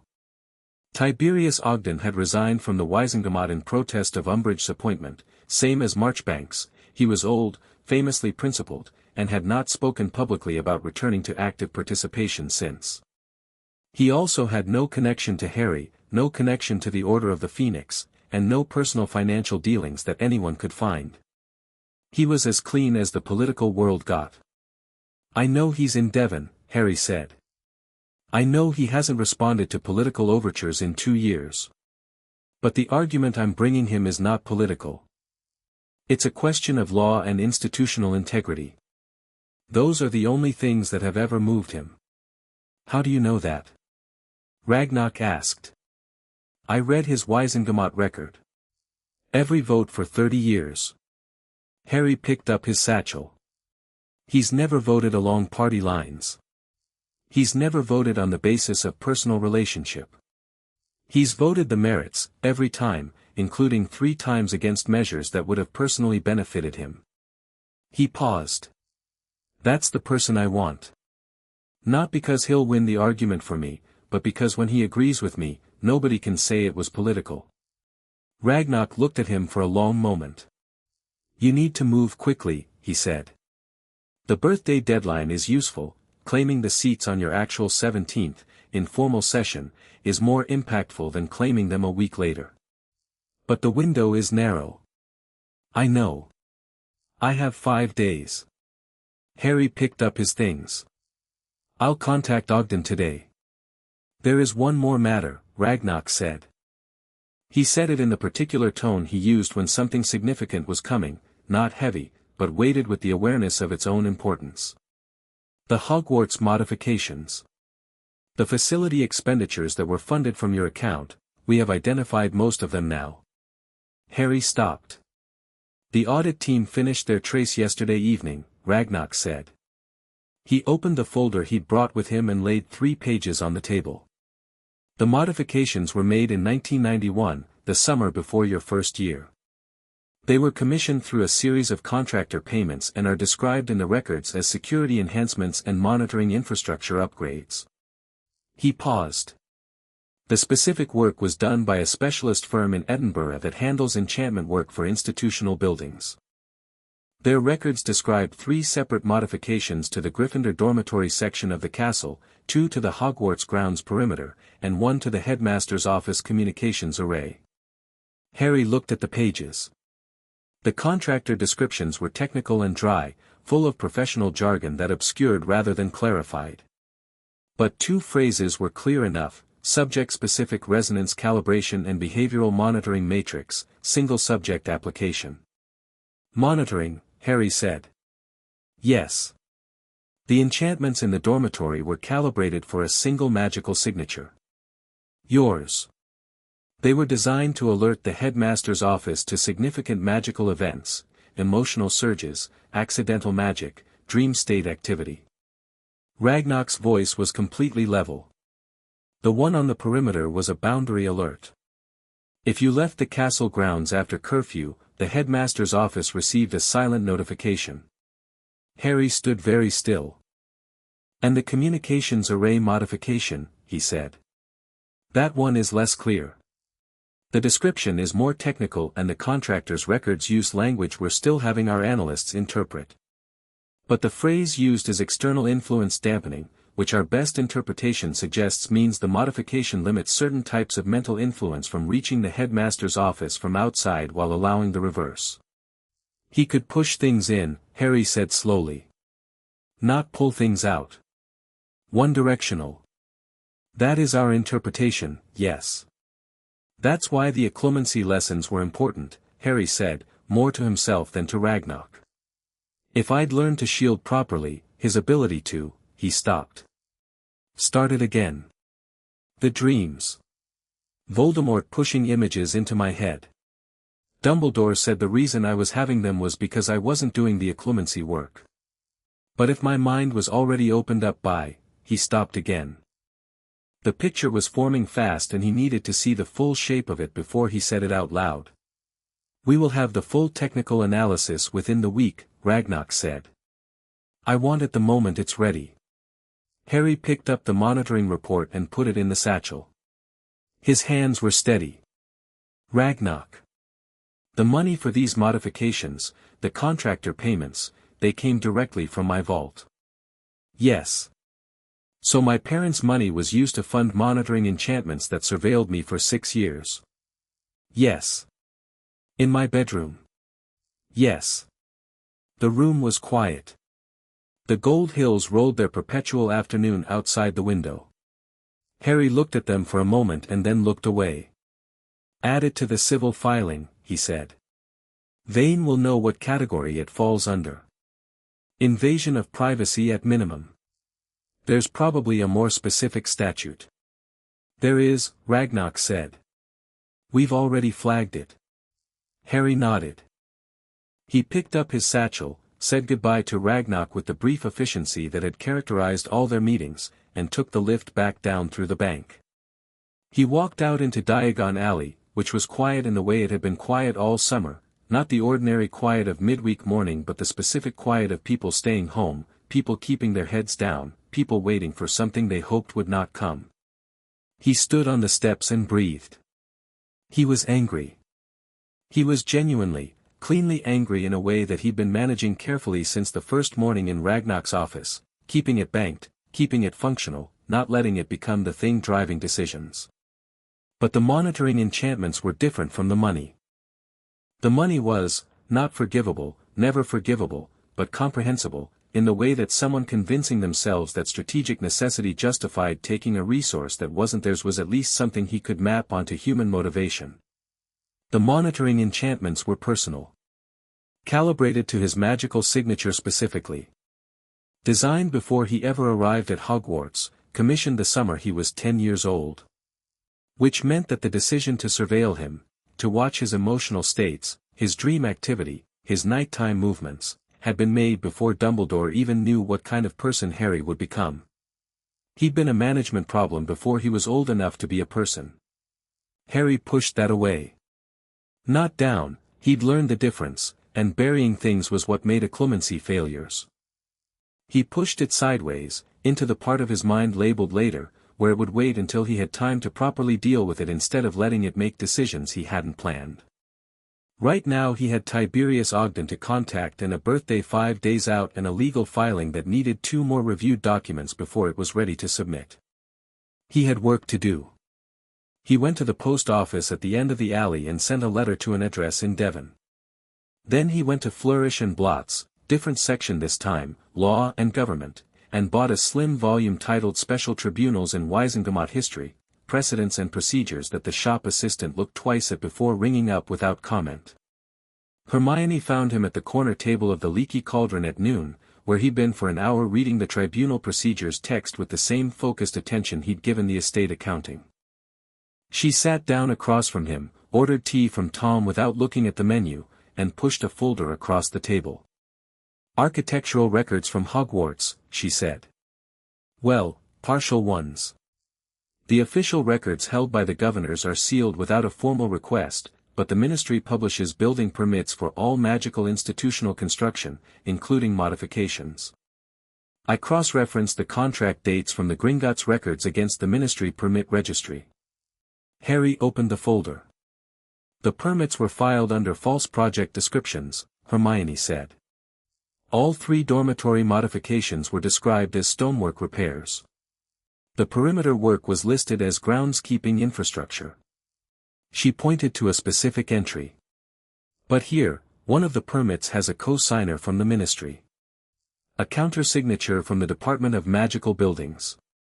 Harry looked at the name. "Thickness," he said. "Pius Thickness. He was a junior official in the Department of Magical Buildings in 1991. He's currently head of the Department of Magical Law Enforcement," Harry said. Which meant he was the man Rufus Scrimgeour relied on as his second-in-command. Which meant that whatever had been done to Hogwarts in 1991 had at least one ministry fingerprint on it, and that fingerprint belonged to a man who now held considerable institutional power. "I know," Hermione said. Her voice was very careful. "Harry, if Thickness knew what those modifications were and authorized them anyway, then this isn't just about Dumbledore," Harry said. "There's a ministry thread." "There might be." She wrapped both hands around her tea. "Or he might have been told they were what the permits said they were, stonework, groundskeeping, and just signed off without checking. Which is still misconduct, just smaller misconduct." Harry looked at the permit entry. "Goldmine needs to see this. I made him a copy this morning." She pulled the folder back. "There's something else." He looked up. "The direct payments list," she said. "Percy Weasley." Harry was quiet. "I looked into it," she said, and her voice had shifted to something more careful, more considered. "The date of the payment, August 1994, 2 months before Percy took the ministry position. Crouch hired him directly, bypassed the standard application process. Percy thought it was because of his Hogwarts record." She paused. "The payment might have been, Harry, it might have been a placement fee. Not to Percy himself. Percy might not have known about it. But someone ensuring that Crouch brought a specific person into his office, someone who was close to information about the Triwizard Tournament," Harry said. "And close to information about Crouch's health and state of mind," Hermione said quietly. "Which deteriorated significantly that year." Harry looked at the table. "At his tea." At the worn wood grain of the leaky cauldron's corner table where he had sat on his 13th birthday waiting for the night bus and felt, briefly, entirely free. "I don't think Percy was involved," he said. "I think Percy was used." "I think so too." Hermione's voice was gentle in the way that it got when she was being honest about something painful. "Which doesn't make it less, it doesn't make the way things went that year less, Hermione." Harry looked at her. "Percy and I are not close. What matters is whether he knew." "He didn't," she said. "I'm almost certain of it. But his family will need to know about this eventually." "Not yet," Harry said. "Not until the legal filing is in. Once it's in, it becomes a formal record and I can't control who sees what. But before then," he stopped. A thought had occurred to him. "Actually, Ron." Hermione looked at him. "Ron needs to know," Harry said. "Not about the full case, not yet. But about Percy. Before this becomes public. He deserves to know before he reads it in the Prophet." Hermione's expression softened slightly. This was a different calculation than the legal ones, and they both knew it. "When?" "After my birthday. After the seats are claimed and the filing is submitted and there's nothing left to delay." He paused. "I'll tell him myself." She nodded. They sat in companionable near silence for a while, the way people do when they have processed too much to talk about comfortably and are instead comfortable just existing in the same space. Tom refilled their tea without being asked. "Harry," Hermione said eventually. Are you all right?" He considered this with the genuine seriousness it deserved. "No," he said. "But it's not the kind of not all right that stops you from functioning. It's more like," he searched for the word. "Like finding out the map you were given was wrong, but you already know the terrain well enough to navigate anyway.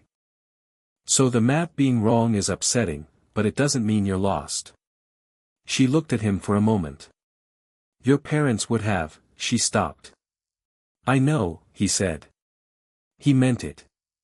Tiberius Ogden's reply arrived the following morning. Unlike Narcissa's card, it was a full letter, 3 paragraphs in a slightly shaky but forceful old hand that communicated someone whose mind was sharper than their body's current accommodation for it. Ogden wrote that he had heard, through channels he did not specify, that certain matters pertaining to Gringotts and the Potter accounts were in motion. He wrote that he had always considered the financial independence of the magical community's oldest families to be a matter of constitutional importance.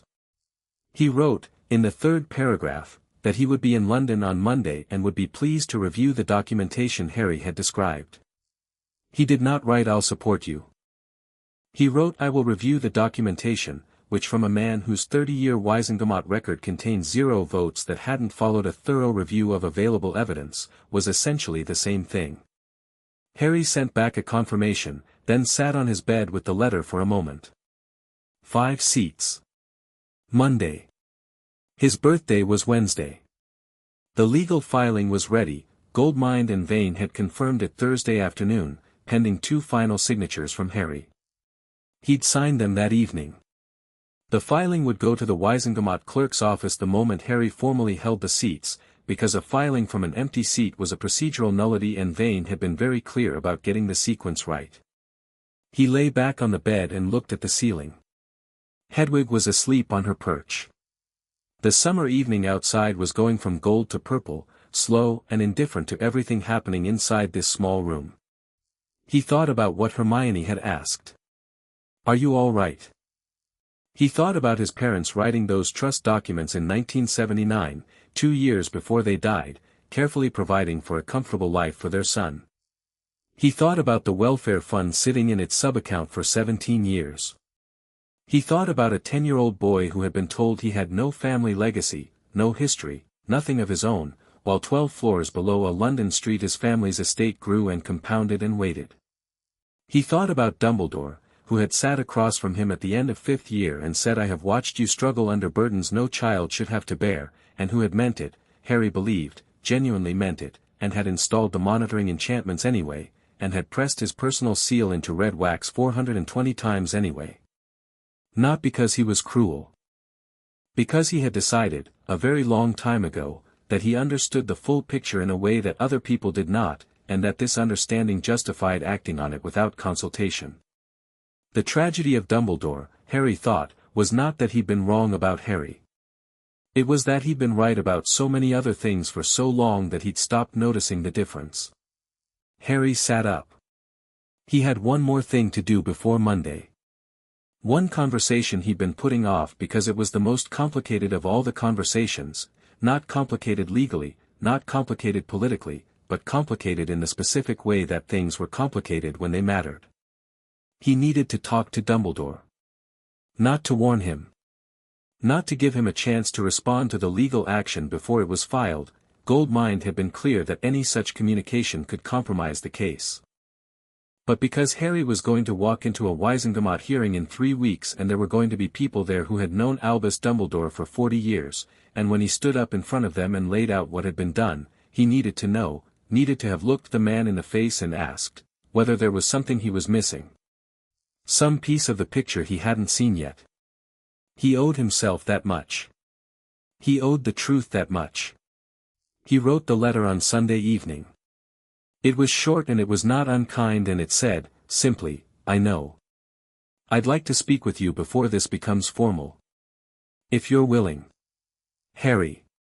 He sent it with the most ordinary of the school owls, borrowed from Mrs. Figg's neighbor, and then he lay down and slept better than he had in a month. Chapter 4, The Weight of Good Intentions. Dumbledore's reply came Sunday night. Not by Owl. Harry hadn't expected Owl, not from Dumbledore, who had always preferred the direct approach when directness suited him and the oblique approach when it suited him better.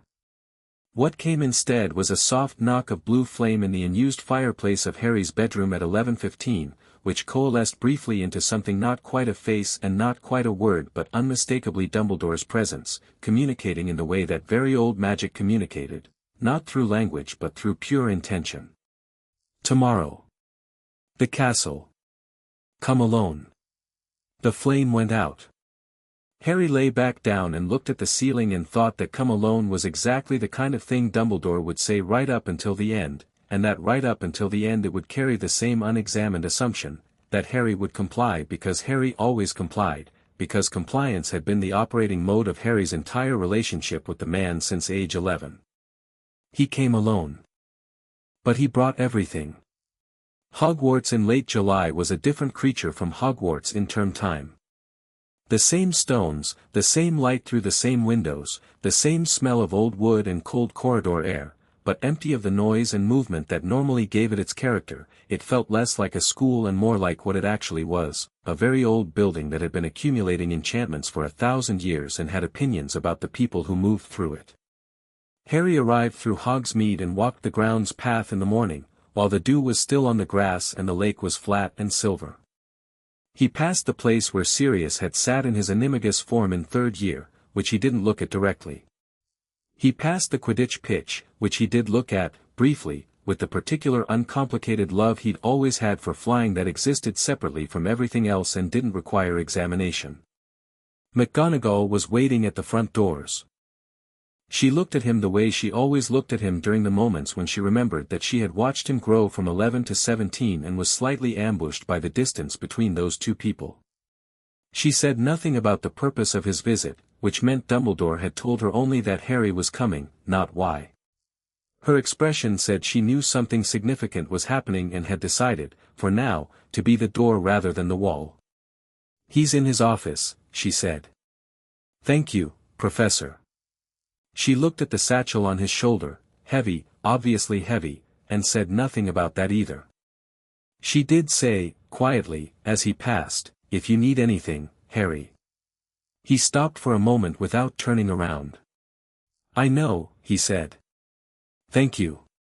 The walk through the castle was strange with nobody in it. His footsteps sounded different.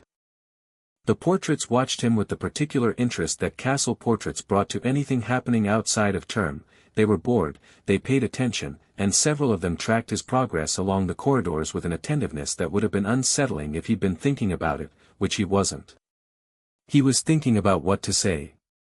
Not the legal argument, that was Goldmine and Vane's territory and it was in better hands than his. What he was thinking about was harder. The difference between what you said to a judge and what you said to someone who had known you since you were a child and believed, with complete sincerity, that every decision they'd made about you had been the right one. The stone gargoyle outside the headmaster's office was already moving when he arrived, which meant Dumbledore had been watching for him. The door to the office was open. Harry walked in.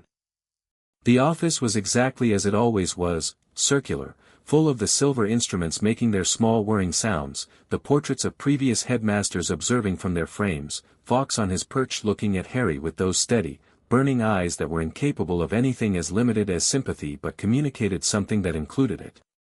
The sword of Gryffindor in its case. The sorting hat on its shelf.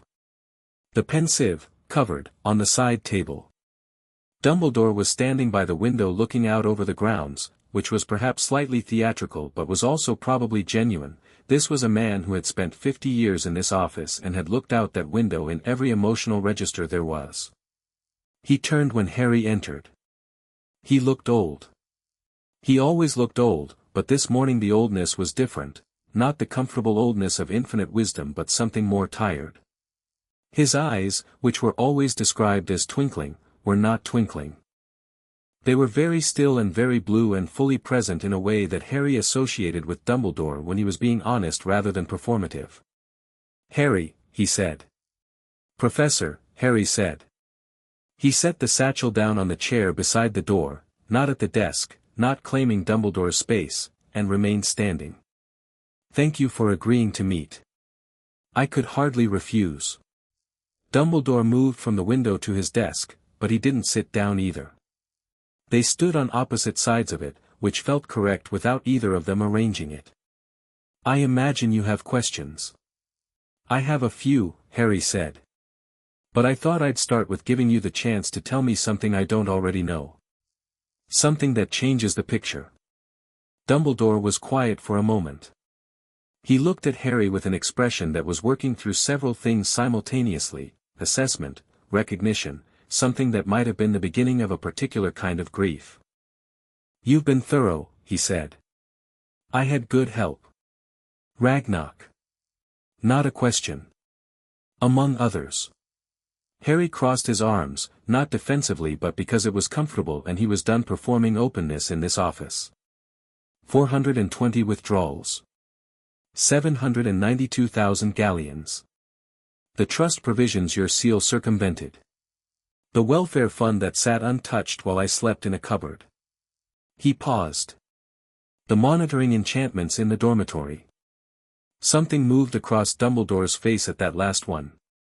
A small flinch, genuine, not performed, that told Harry the monitoring enchantments were the item on the list that Dumbledore had expected least to have been discovered. "The modifications," Dumbledore said.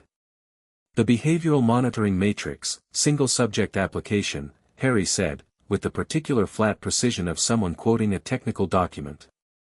"Calibrated to my magical signature specifically. Commissioned before my first year. Paid for with my family's money." Dumbledore sat down. Not in defeat, nothing about Dumbledore was ever purely defeated, but in the way that people sat down when they had decided that standing was no longer the appropriate posture for the conversation they were in. "I will not insult your intelligence," Dumbledore said, "by pretending there is a framing of this that makes it acceptable." "Good," Harry said. "Then tell me why." "Sit down, Harry." "I'm fine standing." Dumbledore looked at him for a moment. "Accepted it." "Very well." He folded his hands on the desk, which was a gesture Harry recognized as Dumbledore composing himself rather than his thoughts. The thoughts were always already composed. "The short answer is that I believed the prophecy required a specific set of conditions to be fulfilled. That you needed to arrive at the confrontation with Voldemort without certain kinds of knowledge, certain kinds of resource, certain kinds of support, that might have altered your willingness to sacrifice yourself if that became necessary." The silence was absolute. "The long answer," Dumbledore continued, "is not very different from the short one. I told myself it was about the greater good. About the war. About the specific and terrible mathematics of what it would take to defeat Tom Riddle permanently. He paused. I told myself these things for 14 years, and they were true, and they were also convenient, Harry said. Yes. Dumbledore's voice was steady, but something underneath it was not. Convenient. Harry looked at him. The money. What did you actually use it for? The order needed funding that couldn't be traced to active members. Funneling it through institutional accounts would have left records that Voldemort's people inside the ministry could access. Private family accounts are harder to trace, particularly when the account holder is a minor with no active oversight. He met Harry's eyes. I told myself you would never miss what you didn't know you had. The welfare fund, Harry said. 225,000 galleons set aside by my parents specifically for my housing and care. You knew it was there. Yes. You left me at the Dursleys anyway. The blood protection, I know about the blood protection, Harry said, and his voice was level, completely level, which was considerably harder to produce right now than raised would have been. I've read the magical theory.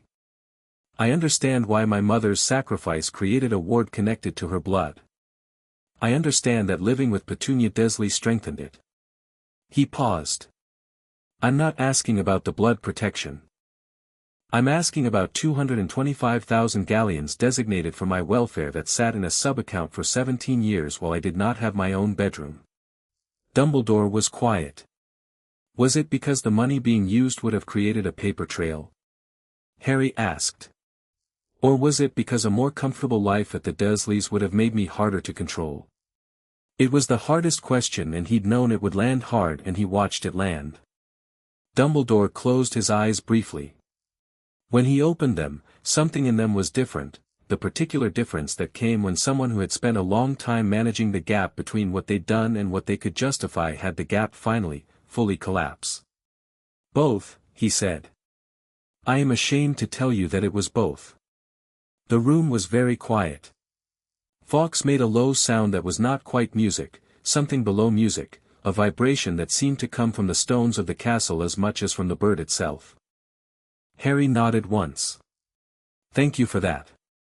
Harry, I'm not done. He wasn't. The occlumency lessons.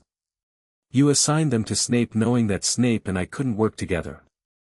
Knowing that his animosity toward my father would make genuine progress almost impossible. You believed that Snape was the right teacher because his occlumency skills were superior to any other available option. I understand that reasoning. I'm telling you that you also knew it was going to fail, and that the monitoring enchantment on the dormitory was your backup plan. If I couldn't shield my mind properly, you'd watch the results and manage them directly. He tilted his head slightly. Except that's not quite right either, is it? Because the enchantment was installed before I started at Hogwarts, before there were any occlumency lessons to succeed or fail. Dumbledore said nothing. The enchantment was always the plan, Harry said. The lessons were secondary. You needed to know what was happening in my head, not to protect me but to protect your ability to manage the timeline. Because if Voldemort pushed something into my mind that made me act in ways you hadn't planned for, you needed to know fast. Yes, Dumbledore said.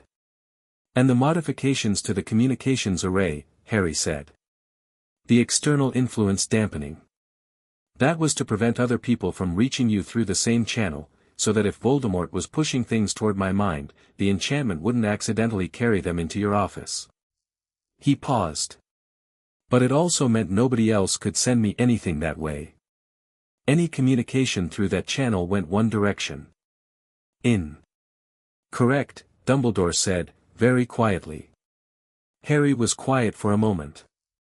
He had arrived at the shape of it now, the full picture, the architecture of 14 years of management.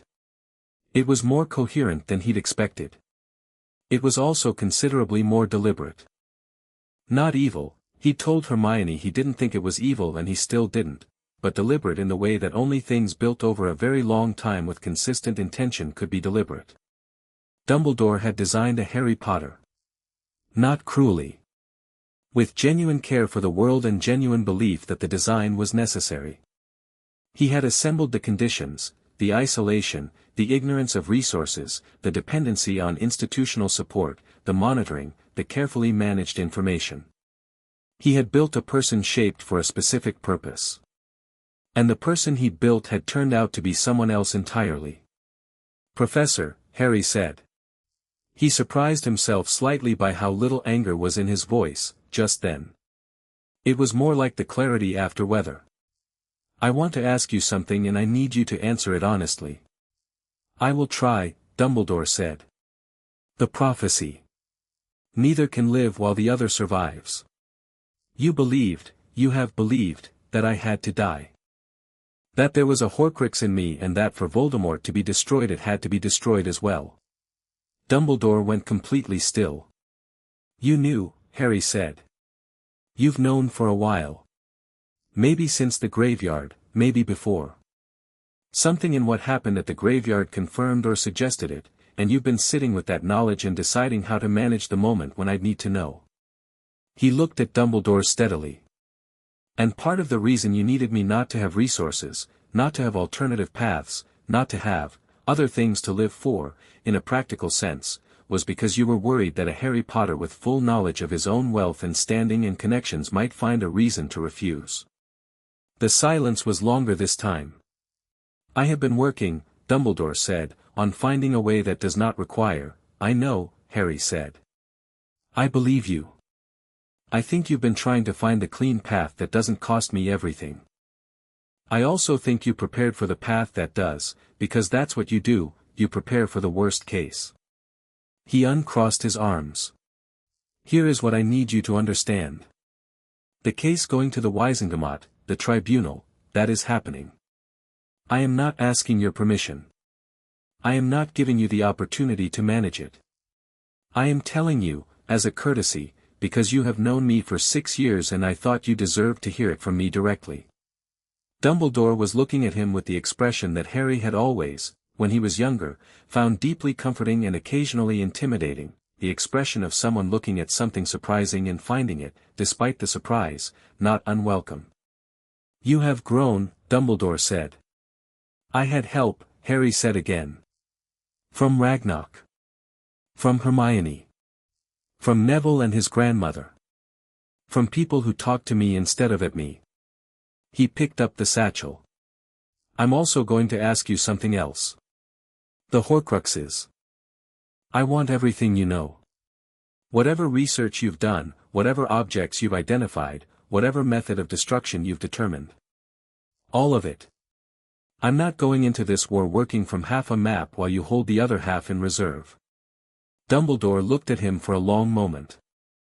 "You are asking me," he said slowly, "to trust you with the full picture." "I'm telling you that's what this requires," Harry said. "Not asking. Telling." Another silence. The silver instrument's word. Fawkes shifted on his perch, flames visible in his feathers, the perpetual cycle. "Sit down, Harry," Dumbledore said. And then, when Harry remained standing, "Please." Harry sat. They talked for 3 hours. It was the most honest conversation Harry had ever had with Dumbledore, which was saying something, given how significant their previous conversations had been. It was honest in the way that conversations between two people could only be honest once all the architecture of management and performance had been cleared away and what remained was just two people who both understood the stakes and had decided that pretending otherwise was no longer useful. Dumbledore told him about the Horcruxes. All of them, all of the identified ones, the suspected ones, the one he hadn't said out loud yet. The locket. The cup. The diadem. Nagini. And the one that lived, as Dumbledore phrased it with the particular careful tenderness of someone handling something irreplaceable and broken, in Harry himself. Harry listened. He did not perform shock. He did not perform devastation. He sat in the chair across from the desk and listened with the same quality of attention he'd brought to the estate accounting and the legal documents, total, unsentimental, focused on what was true and what it required. When Dumbledore finished, Harry said, "You think there might be a way to destroy the peace in me without destroying me?" "I believe there is a possibility," Dumbledore said. "Voldemort himself may provide the mechanism, if he kills me and the killing curse separates the fragment," Harry said. "And then I come back because the piece of him dies and the piece of me doesn't." Dumbledore was looking at him in the way he'd been looking at him since Harry had told him about the monitoring enchantments, with the expression of someone in the presence of something they had misjudged so substantially that the misjudgment was itself an education. "Yes," Dumbledore said. "That is the theory." "It's a good theory," Harry said. "I don't love it, but it's good." He looked at his hands. "I need you to know something. What I'm doing with the tribunal, the legal action, it doesn't change this. I'm still going to do what needs to be done. I'm not building resources so I can run from the prophecy. I'm building them so that if I survive it, when I survive it, there's something solid to come back to." "When?" Dumbledore said softly. "When?" Harry said. Outside the window, the Hogwarts grounds rolled green and gold under a proper summer sky. The lake glittered. The Forbidden Forest was dark and various at its edges. Somewhere in the distance, a bird called twice and went quiet. "I will cooperate with the tribunal," Dumbledore said. "I will not contest the civil action." Harry looked at him. He hadn't expected that. He'd prepared for resistance, for the institutional weight of Dumbledore's authority to push back, for the gentle management that had characterized every previous difficult interaction between them. Not for this. "You'll answer the charges," Harry said. "I will answer the charges." Dumbledore's voice was tired and real and stripped of its usual architectural quality. "What I did, what I believed justified, it does not become unjustified merely because I believed it. The money was not mine to take. The monitoring was not mine to install. The decisions were not mine to make." He paused. "I have been in the habit of making decisions for other people for a very long time, Harry. I am quite good at it. I have been, on balance, more right than wrong. But the habit is the problem. Not the individual decisions, the habit. The assumption that the calculus was mine to perform." Harry was quiet for a moment. This was the thing he hadn't been sure he'd get, not an apology, not a legal concession, but the actual understanding. The acknowledgement not just of what had been done but of the structure of thinking that had made it possible. "Thank you," he said. He meant it fully. "I would ask one thing," Dumbledore said. "Ask." "The war effort. What you're building, the alliances, the legal standing, the independence, please don't let the tribunal become a distraction from Voldemort. Not because I'm asking you to protect me. Because the tribunal will run for weeks, and in those weeks, I know what's coming," Harry said. "I haven't forgotten." He stood. "The tribunal and the war aren't separate. The system that let you manage my life for 14 years is the same system that failed to stop Voldemort's return, that put Umbridge in Hogwarts, that threw Sirius in Azkaban without a trial. Fixing the system isn't separate from winning the war. It's part of it." Dumbledore looked at him for a long moment. Something in his face was complicated and complete. "Your father," he said finally, "would have made the same argument. Less patiently." Harry almost smiled. "Almost. I had a good teacher," he said. "Several of them." He left the way he'd come. Down through the empty castle, past the watching portraits, out into the morning that had become afternoon while he wasn't looking. He walked back across the grounds and didn't look at the place where Sirius had sat and did look at the Quidditch pitch and breathed the specific, irreplaceable air of this place that had been the first thing in his life that felt like home. Monday morning was Tiberius Ogden. He arrived at Gringotts at 10 o'clock with the particular straight-backed punctuality of someone who had spent 40 years in formal political life and kept the habit long after the necessity. He was smaller than Harry had imagined from reading his Wisengamot record, compact and alert, with hands that had a slight tremor from age that seemed to embarrass him and white eyebrows so expressive they functioned almost as a separate communication channel. He read the documents Harry laid before him. He read them in full, which took 40 minutes, during which he said nothing and his face communicated a rapid sequence of responses that he seemed to be aware of and making no effort to suppress. Surprise. Anger. A long consideration. More anger, the banked kind that Ragnarok would have recognized. He set the documents down. "I've known Albus Dumbledore for 60 years, he said. "I know," Harry said.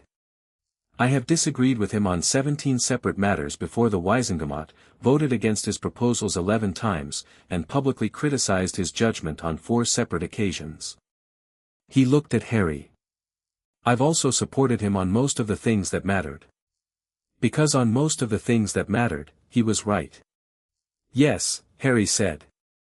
He didn't add anything to that. He was also right that the war required extraordinary measures. That institutional structures needed to bend or break to survive what was coming. Ogden tapped the ledger. He was wrong that the measures were his to authorize without consent. He was wrong that bending the structures extended to bending the rights of private individuals. And he was substantially wrong about the nature of the person he was managing. The white eyebrows came down sharply. "You are not what he thought you were." "What did he think I was?" "A weapon," Ogden said. "An instrument. A thing that had to be shaped to a specific purpose." "And what am I?" Ogden looked at him for a long moment. The trembling hands were flat on the table. "A competent young man with a better grasp of parliamentary procedure than most of my former colleagues and the good sense to build a coalition before filing rather than after." He picked up the support petition from the table. "Give me the quill." Harry gave him the quill. Ogden signed with the steady-handedness of someone who had decided something and was not going to let a biological inconvenience interfere with communicating that decision clearly. 5 seats, Ragnarok said from the corner of the room, where he had been sitting in the particular stillness of someone who was present without intruding. 5 seats, Harry confirmed. "The petition goes to the minister today." "This afternoon," Harry said. "After I formally claim the Potter and Black seats." He looked at Ogden. "Would you be willing to be present for that?" "When I claim the seats." Ogden looked at him. "When?" "Wednesday. My birthday." The white eyebrows went up. "You want to claim them in formal session?" "I want to claim them in front of every Wizengamot member who can be assembled on 48 hours' notice," Harry said. "Formally, publicly, with Goldmind and Vane as legal counsel, the Gringotts documentation as supporting evidence for the Black seat inheritance, and Ragnarok present in his capacity as injured institutional party." Ogden was quiet for a beat. Then he said, "That's not how it's usually done." "No," Harry agreed. "Usually it's a brief administrative process with a Wizengamot clerk." "I know. Doing it in session, publicly, with that particular combination of parties present and a legal team standing by," he paused. "That's a statement. Before you've said a single word about the tribunal, before the petition has been formally received, before Dumbledore has had the opportunity to manage the narrative, you walk into the Wizengamot chamber and you claim 2 of its oldest seats in full view of every member present." "Yes," Harry said. Ogden put his hands on the table. The tremor was there and he ignored it completely. "I'll be there," he said.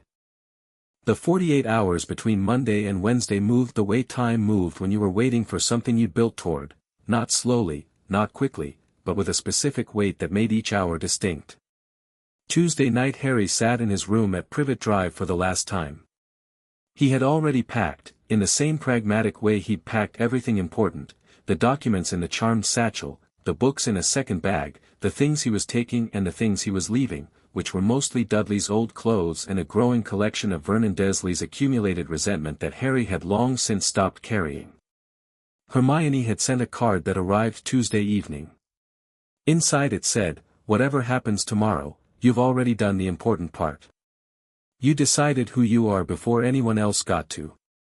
He read it twice and then set it on the desk and went to sleep at 10 o'clock like someone who had made all the decisions that needed making. He was 17 at the stroke of midnight, technically, though the moment passed without fanfare. Hedwig hooted once, which was as good as a party, and Harry opened his eyes in the dark and lay there for a moment feeling his age. 17. The age his parents had been when Voldemort's shadow first fell across their lives. The age that felt, in the wizarding world, like the door between becoming and being.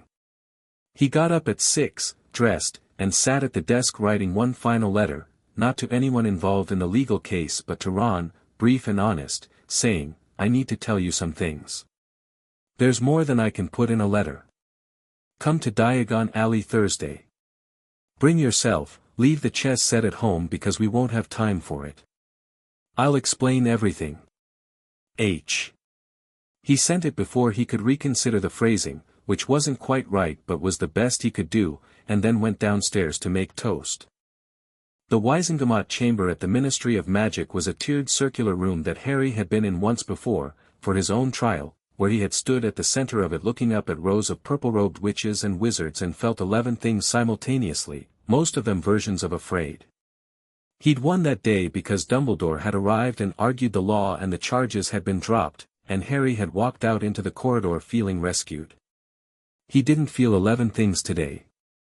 He walked into the chamber at 10 o'clock on his birthday with Goldmine on his left and Vane on his right, Ragnarok 2 steps behind, Neville and Augusta behind Ragnarok, and Tiberius Ogden walking independently along the opposite aisle because he was reclaiming his own seat today as well and had decided to make his own entrance.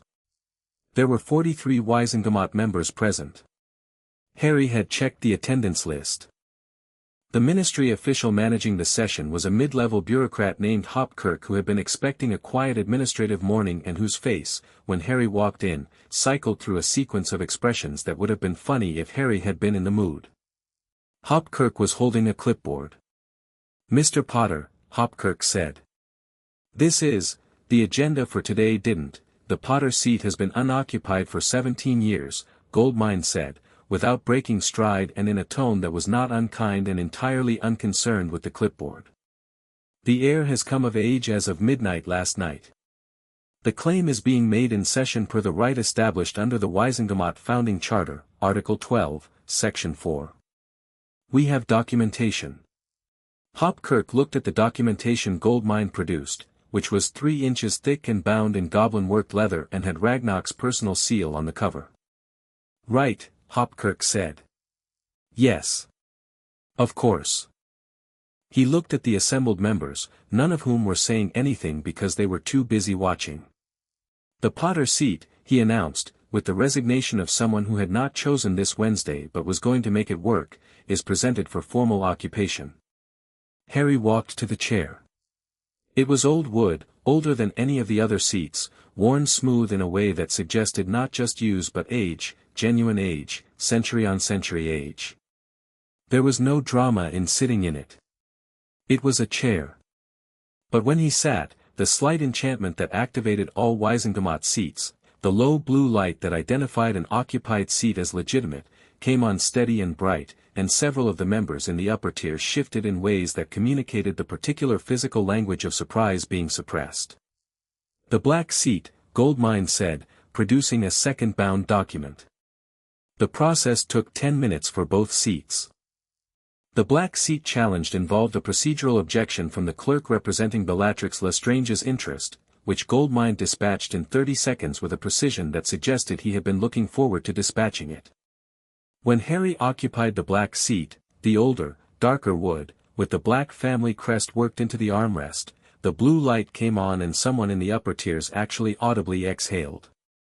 Tiberius Ogden had claimed his own seat midway through the process with the practiced ease of someone returning to a familiar room. Harry stood. He was addressing the chamber not as a visitor, not as a party in a proceeding, but as a member, one of the youngest in the body's history, holding 2 of its oldest seats simultaneously. "Members of the Wizengamot," he said. His voice was steady and carried in a tiered room without needing to be raised. "I have today filed, through my legal counsel, a petition for the formation of a special tribunal to investigate unauthorized conduct regarding the management of the Potter and Longbottom family accounts at Gringotts, and related matters of institutional misconduct." He paused, one beat, just long enough. The petition is supported by 5 member seats, Potter, Black, Malfoy, Longbottom, and Ogden, and by Gringotts Bank as an institutional injured party. The documentation is available to any member who requests it. Another pause. I look forward to the process. He sat down. The chamber was very quiet. Ragnarok, standing at the floor-level entry with his hands folded, looked at the assembled witches and wizards and said nothing. He didn't need to. Hopkirk looked at his clipboard. At the chamber. At his clipboard again. The petition, he said, with the professionalism of someone who was going to write a very detailed incident report later, is formally received and will be forwarded to the minister's office for response within the statutory period. 30 days, Vane said pleasantly. Under the Emergency Tribunal Provisions Act of 1842, given the number of supporting seats, the response window is 30 days maximum. Yes, said Hopkirk. 30 days. Outside the ministry, an hour later, in the pale mid-morning sunshine of a July Wednesday, Harry stood on the pavement beside Hermione, who had appeared at some point during the session in the public gallery and had come down to the exit with an expression that was fighting a battle between professional approval and something considerably more personal. Neville was on his other side. He had not said anything since they left the chamber. He didn't need to. The particular set of his shoulders said everything. "Happy birthday," Hermione said. "Thank you," Harry said. "How do you feel?" He thought about it honestly, for a moment. About the chair, the blue light, the documents, the careful months of architecture, legal, political, relational, that had brought him to this specific Wednesday morning. About the conversation with Dumbledore 2 days ago and the shape of it, the grief underneath it and the strange, complicated relief underneath that. About Sirius, who should have been standing here. About his parents, who had written trust provisions in 1979 with the love of people who knew they were building something for someone they might not get to know.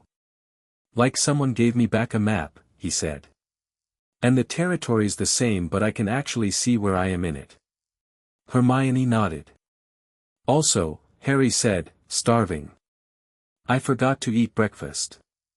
Neville laughed, a real laugh, genuine and startled out of him. Hermione made the face she made when she was trying not to smile and failing. They went to find food, the 3 of them, on Harry's birthday, in the July sunshine of London, while 30 days began to count down and the war waited in the middle distance with the patient certainty of something that knew it was coming regardless. Harry let it wait. It could have its 30 days. Chapter 5, Inheritance. The ministry's response came in 14 days. Not 30. 14. Which told Harry everything he needed to know about how the petition had landed, not as a procedural inconvenience to be managed at the minister's leisure but as something that required immediate strategic response. Scrimgeour had read the room in the Wizengamot chamber and understood that waiting the full 30 days would look like avoidance, and Scrimgeour, whatever his faults, was not stupid about optics. The response was a formal letter countersigned by the minister's office and the Wizengamot clerk. A special tribunal was granted, to be convened in 3 weeks, presided over by an independent judicial panel of 3, Chief Witch Griselda Marchbanks, former Wizengamot Justice Tiberius Ogden in his reinstated capacity, and a 3rd member to be nominated jointly by the petitioning and responding parties. Harry read the letter at the kitchen table in his new flat in Diagon Alley, rented the day after his birthday, paid for out of the welfare fund that had been sitting untouched for 17 years with the particular satisfaction of putting a resource to exactly the use it had been intended for. It was small and the ceilings were low and it smelled like old wood and the bakery 2 floors below, and it was entirely his, and he liked it considerably more than any bedroom he'd previously occupied. Hermione was at the small table with him, working through what she'd taken to calling the secondary file, everything that wasn't the primary financial action. The Hogwarts modifications. The thickness permit signature. The architecture of management that had surrounded Harry's life since 1981 and that represented, in Vane's legal terminology, a series of additional tort claims they could bring after the primary tribunal concluded. She looked up from the permit files when Harry set the letter down. "Read his expression." 14 days, she said. 14. He's scared. He's strategic, Harry said. Which is more useful than scared. He passed her the letter. They've granted the tribunal 3 weeks. She read it. Her eyes snagged on the third panelist provision. Joint nomination. Who are you going to propose? Harry had been thinking about this since filing the petition. The third panelist needed to be someone credible, someone without obvious ties to either party, and someone whose presence on the panel would communicate something about the seriousness with which Harry was approaching this, not as a personal grievance but as a matter of legal principle. Amelia Bones, he said. Hermione looked up.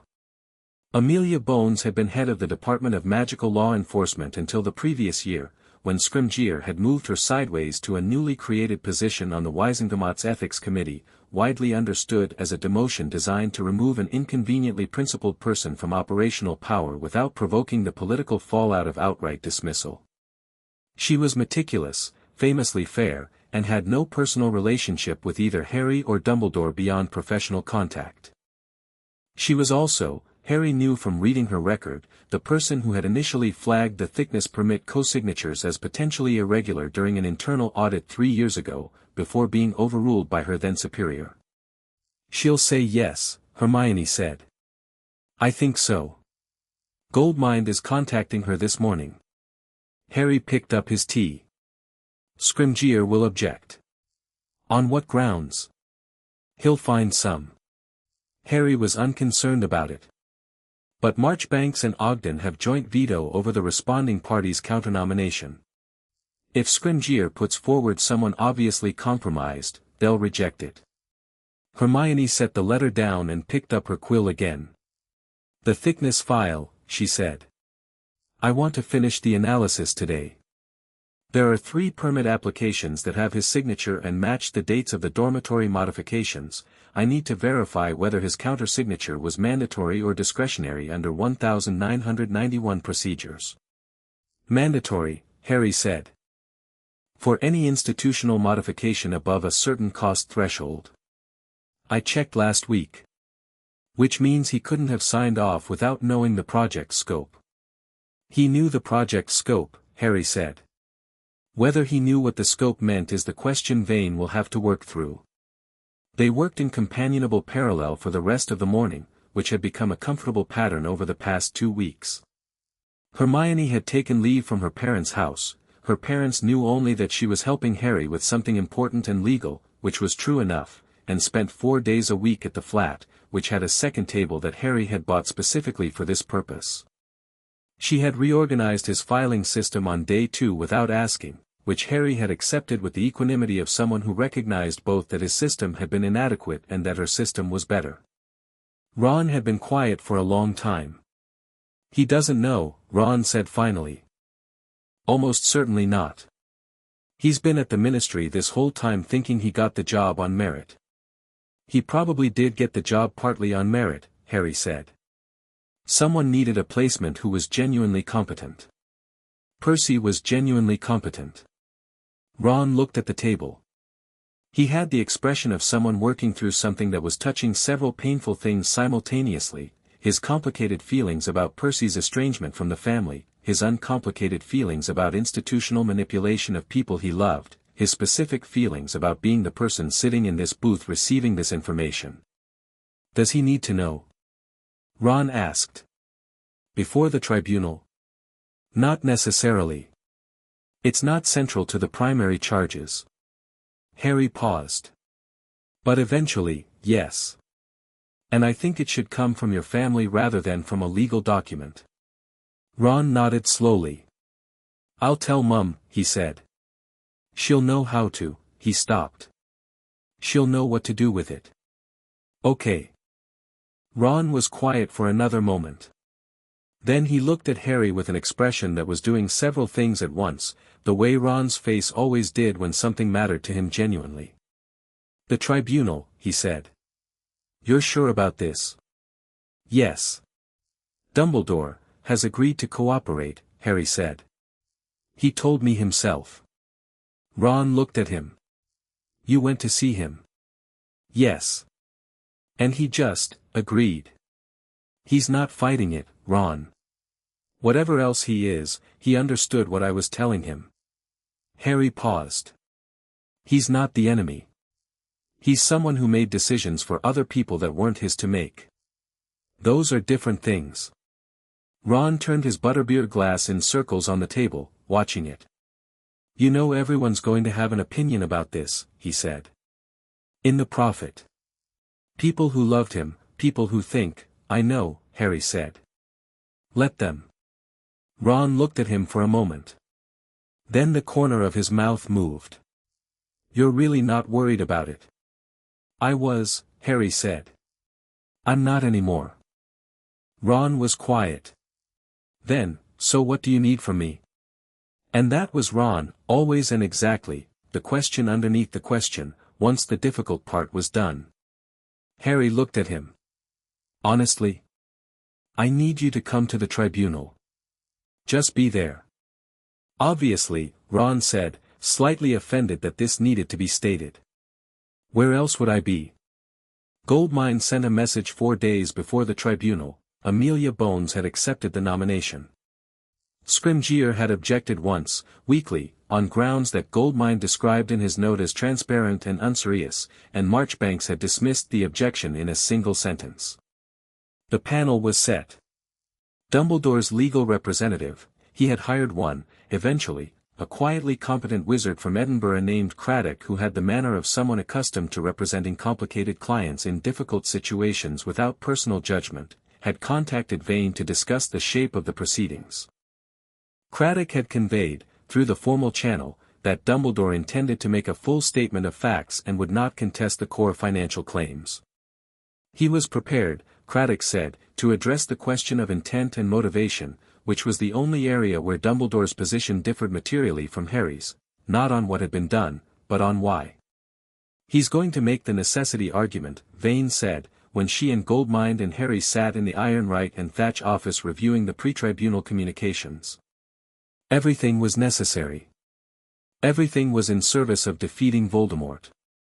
The ends don't justify the means, Harry said.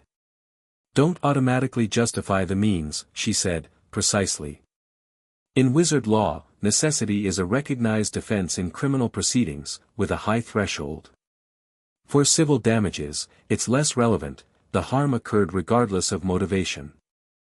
But for the reputational and professional dimension, the chief warlock position, the supreme mugwump, the headmastership, necessity will be the entire argument. Let him make it, Harry said. Goldmine looked at him. You want him to make the necessity argument. I want the tribunal to hear it and decide whether it holds, Harry said. I'm not asking them to rule that Dumbledore is evil. I'm asking them to rule that what he did was wrong. Those are different questions, and the necessity argument is actually useful for separating them. Goldmine and Vane exchanged the look. That, Vane said, is a sophisticated position. It's the only honest position, Harry said. He believed it was necessary. I believe he was wrong. The tribunal can hold both of those things at once. The night before the tribunal, Harry sat in the flat alone with the windows open and the bakery smell coming up from below. Hedwig was out. The documents were all prepared, filed, organized, nothing left to do with his hands that would actually constitute doing something. Hermione had gone home at 8 with the expression of someone who wanted to stay and had sensibly decided that what Harry needed was an empty room rather than company. He thought about his parents. Not with the grief that usually accompanied that, but with the particular, strange quality of thinking about people you never knew but knew about, people who had become more real to him over the past month than they'd ever been before, because the documents they'd left behind had given them specificity. James Potter writing trust provisions at 21, carefully, with the thoroughness of someone who had grown up with old money and understood what it meant to have a legacy and wanted to pass that legacy whole.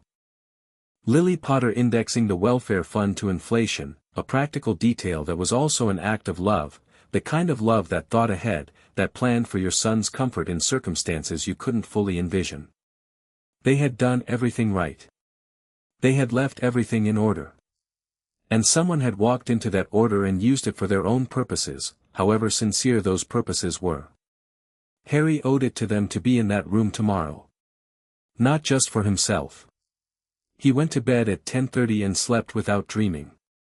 The tribunal convened in courtroom 2, which was not the largest courtroom in the ministry but was, Vane had explained, the one traditionally used for proceedings of significant constitutional importance. The architecture communicated something about how the matter was being treated, and the ministry's choice of this room rather than a smaller administrative space was, itself, a statement. Harry arrived with Goldmine, Vane, and Ragnarok, who had dressed for the occasion in formal goblin attire that managed to be simultaneously more ancient and more elegant than anything else in the room. Neville came with Augusta. Ogden walked in from the judicial entrance with Marchbanks, whose presence filled whatever room she entered in a way that had nothing to do with physical size and everything to do with personality. Amelia Bones was already seated at the judicial panel table when Harry arrived. She looked at him across the courtroom, a direct, assessing look that lasted 3 seconds and communicated a thorough professional impression. He returned it in kind. Dumbledore arrived with Craddock at 5 minutes to 10. He was wearing his formal robes, deep blue, the Order of Merlin on his chest, and walking with the staff he'd used since the injury to his hand the previous year. He looked, Harry thought, like a man who had made a decision and was at peace with it, which was somehow both reassuring and painful. Their eyes met briefly across the courtroom. Dumbledore gave a small nod. Harry returned it. The gallery was full. Harry had known it would be. The petition had been a matter of public record since the Wisengamot session, and the Prophet had been running increasingly frantic coverage as the tribunal date approached. There were journalists in the gallery's press section. There were Wisengamot members who weren't parties to the proceeding attending as observers. There was a woman Harry recognized after a moment as Andromeda Tonks, Sirius's cousin, Narcissa's estranged sister, sitting in the third row of the public gallery with the expression of someone who had been watching her family's finances for a very long time and had things to say about it. There was also, in the far left of the gallery, Draco Malfoy. He was sitting beside his mother, who was in neutral-colored robes and looking at the proceedings with the professional composure of someone who had made a calculation and was watching to see if it paid out. Draco's face was harder to read. He was watching Harry with an expression that was not hostility and not respect and not quite either of the things it usually was, something more complicated, something in the process of revision. Harry noticed all of this in the first 2 minutes and then put it aside because Marchbanks called the room to order with a single tap of her wand on the judicial table, and the tap had the quality of a sound that had been doing this for 600 years. Special Tribunal in the matter of Potter and Longbottom versus the estate accounts, unauthorized access and related claims, she said, in a voice that made the stenographer at the side table straighten involuntarily. Presiding panel, Chief Witch Marchbanks, Justice Ogden, Ethical Commissioner Bones. Legal counsel present. Documentation submitted and reviewed. She looked out over the courtroom. We begin. Vane presented the case for 45 minutes. She was extraordinary. Harry had seen her work in the preparation sessions, but watching her in the room was different. She had the particular quality of a person who had spent their entire career believing the law existed to do something real and had organized their professional life around making it do exactly that. She did not perform outrage and she did not editorialize. She laid the facts in sequence, supported each with documentation, and let the accumulation of them do the work. 420 withdrawals. The trust provisions. The seal authentication. The welfare fund. The monitoring enchantments. The Longbottom accounts. The facility modification permits. Each element placed in the record with the precision of someone building an argument so well constructed that the conclusion arrived with the inevitability of water finding level. When she finished, the courtroom was very quiet. Craddock stood. He was measured and competent, and Harry could tell, watching him, that he was a man presenting a case he had been given rather than one he had constructed, working with what his client had provided and doing the best that was professionally possible with it. Dumbledore's statement, read by Craddock in summary and then provided to the panel in full, did not contest a single factual element of Vane's presentation. What it offered instead was what Harry had anticipated, a thorough accounting of the decision-making process that had produced each action. The necessity argument, fully developed. Voldemort had to be defeated. Defeating him required a weapon shaped for a specific purpose. The weapon had to be ignorant of certain things for the shaping to work. The money had been used for the war effort, operations that could not otherwise be funded without creating ministry records that Voldemort's people could access. The monitoring had been installed to protect Harry from magical influences he could not yet recognize or resist. Craddock read it in the careful neutral voice of a professional maintaining objectivity toward his client's position, and as each paragraph landed in the room, Harry watched the gallery process it. Watched people who had trusted Dumbledore for decades hear the full shape of what that trust had been used to authorize. Watched the complicated expressions, not anger, most of them, at least not only anger. Something more confused. The difficulty of holding admiration and betrayal in the same space. When Craddock concluded, Marchbanks asked the panel's questions. They were good questions, pointed, specific, the kind that came from three people who had read every document submitted and were not going to let the necessity argument pass without interrogating its logical structure.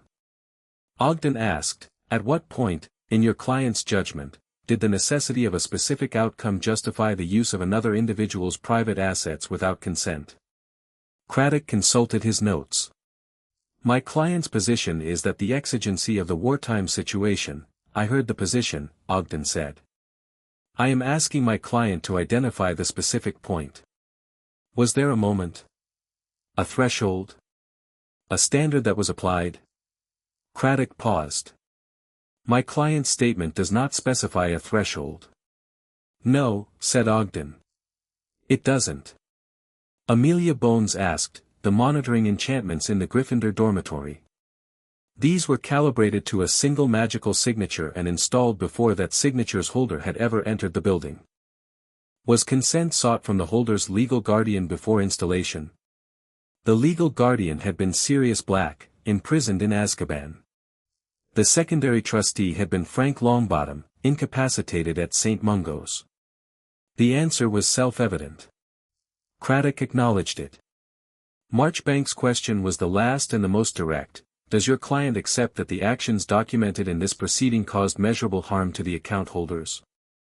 A pause. My client accepts that the account holders did not receive funds designated for their welfare, Craddock said. My client accepts that the monitoring provisions constituted an intrusion into private space. My client does not accept that the harm, weighed against the strategic benefit. I asked whether harm was caused, Marchbanks said. Not whether it was weighed. Another pause. Yes, Craddock said. My client accepts that harm was caused. Harry had not planned to speak. His legal team was handling the presentation and his personal testimony had been submitted in writing, as Vane had recommended, cleaner, harder to selectively quote, more permanent in the record. But when Marchbanks offered the petitioning party a final statement, he stood. Goldmine made a very small movement at his side that communicated professional caution without being an objection. Harry acknowledged it without indicating he was going to follow it. I want to say something directly, Harry said. The courtroom was fully quiet. Not for the record is complete. But because there are people in this room who have known Albus Dumbledore for most of their lives, and I think they deserve to hear this from me rather than infer it from the documents. He looked at the gallery for a moment. At Andromeda Tonks. At the journalists with their quills. At Draco Malfoy, who was watching with that complicated expression. At Ron, who was sitting in the gallery's public section with the particular focused stillness he brought to things that mattered to him. I don't think Albus Dumbledore is an evil man, Harry said. I think he is someone who became so convinced of the importance of a specific outcome that he stopped asking whether the methods used to achieve it were right. That is a human failure. It is one I think most people in this room would be capable of, under sufficient pressure and with sufficient conviction about the stakes. He paused. I am not asking the panel to punish him for caring about the outcome. I am asking them to establish, formally, as a matter of legal record, that caring about the outcome is not a substitute for respecting the rights of the people involved. Another pause. Because if we establish that principle now, clearly, publicly, in writing, then the next person who finds themselves in a position of power with access to someone else's resources and a convenient justification will know exactly what it costs. He sat down. The gallery was very still. Marchbanks looked at him for a moment with the expression of someone who had been doing this for 60 years and still occasionally encountered something that surprised them. She made a note and said, "The panel will deliberate. We will reconvene at 2 o'clock for the judgment." The deliberation lasted an hour and 40 minutes, which Vane said was short but not surprisingly short. The facts were not in dispute, which reduced the deliberation to questions of remedy and precedent rather than culpability. Harry spent the break in a side room with his legal team and his friends. Hermione had the slightly distant expression she got when she was replaying something in her mind and analyzing it from multiple angles simultaneously. Neville was quiet in the way he'd been quiet throughout the morning, sitting with his hands on his knees, looking at the middle distance. "You all right?" Harry asked him. Neville looked up. "My parents would have liked this," he said. "Not with grief, exactly. With the particular tone of someone paying a debt that was long overdue. They might have appreciated it more if we'd managed it before their accounts were drained," Harry said. "Yeah, well." Neville almost smiled. "Nobody's perfect." Augusta Longbottom, who was standing by the window with a cup of tea, said without turning around, "That was a good statement, Harry." "Thank you." "The bit about the next person in a position of power," she said. "That's the important bit. Not what it means for today.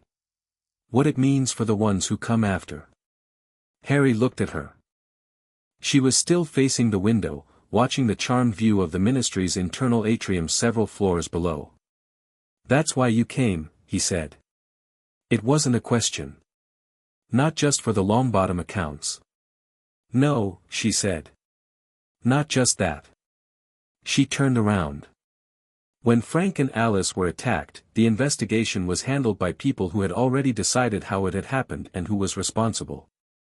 They were right, as it turned out. But they made the decision before the evidence was fully examined, and that habit of deciding the conclusion first and managing the evidence toward it, that is what allowed a system that should have caught this to miss it for 14 years. Harry nodded. "The habit," she said, "needs to cost something. That is what today is about."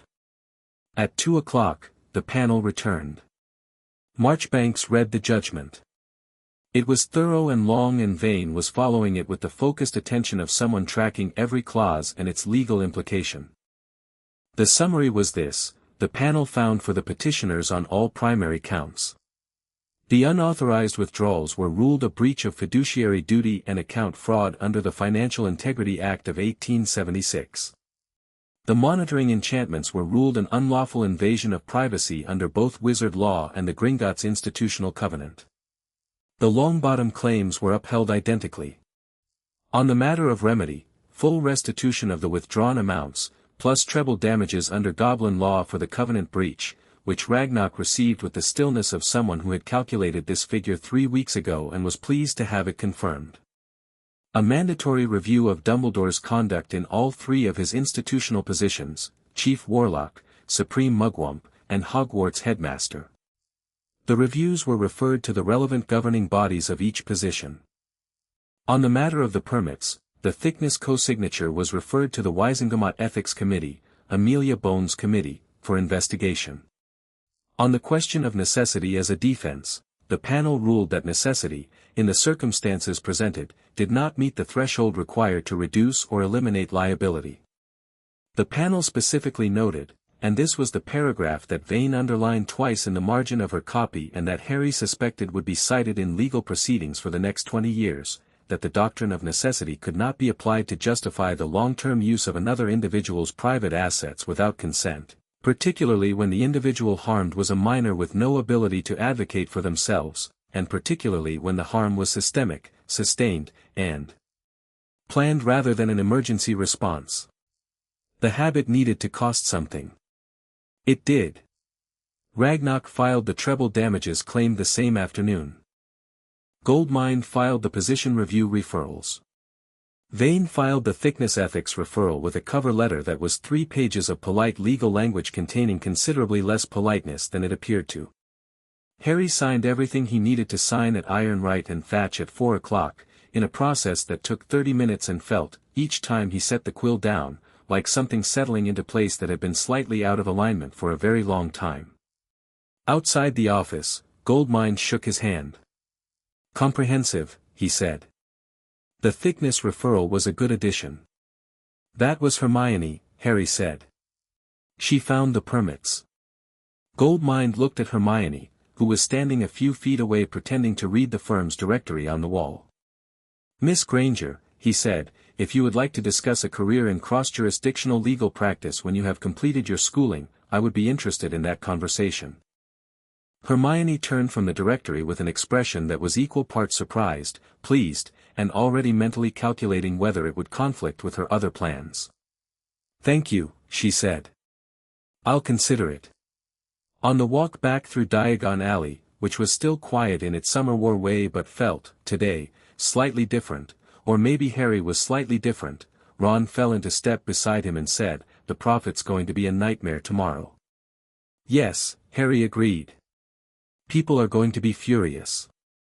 Half of them at Dumbledore and half of them at you." "I know. You're genuinely not worried." "I'm genuinely not," Harry said. And then, because it was Ron and honesty was the operating mode, I was, before. For about a week in the middle, I kept waking up at 2 in the morning running through all the ways it could go wrong, all the things people would say, whether I was making a mistake. He paused. "Then I read the trust documents again. The specific paragraph about comfortable living. And I stopped worrying." Ron was quiet for a moment. Because my parents knew exactly what they were doing when they wrote that. They weren't making grand gestures. They were making sure their kid had a bedroom. Harry looked at the alley around them, the closed shops, the cautious quiet, the world in the process of becoming something that hadn't happened yet. "The least I can do is honor that by being honest about what happened to it." Ron didn't say anything. He walked beside Harry in the way he'd been walking beside Harry since they were 11, which was the same way you stood next to something real, not because it was comfortable, not because it was safe, but because it was yours.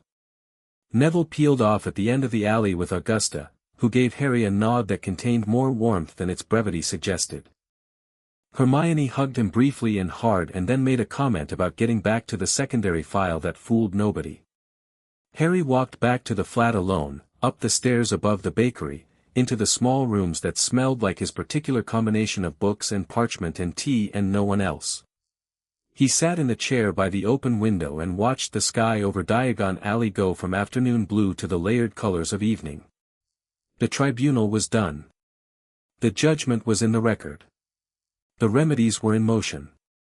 What remained, what had always remained, what the tribunal had been preparation for rather than a conclusion to, was out there in the gathering dark. Voldemort, with his Horcruxes and his Death Eaters and his patient, terrible certainty about his own inevitability. The piece of that dark particular to Harry himself, sitting somewhere in him quiet and waiting, the one that had to be destroyed before the rest could be. Harry thought about what Dumbledore had told him. The Horcruxes he'd identified. The theory of what had to happen, the dying not dying that existed at the center of the whole plan like a knot in wood, something you couldn't carve around and had to work with directly. He wasn't afraid of it. He had not been afraid of it since the conversation in Dumbledore's office, and he examined that absence of fear now to understand it, because understanding things was better than just feeling them. He was 17. He had full knowledge of his own resources, financial, legal, relational, magical.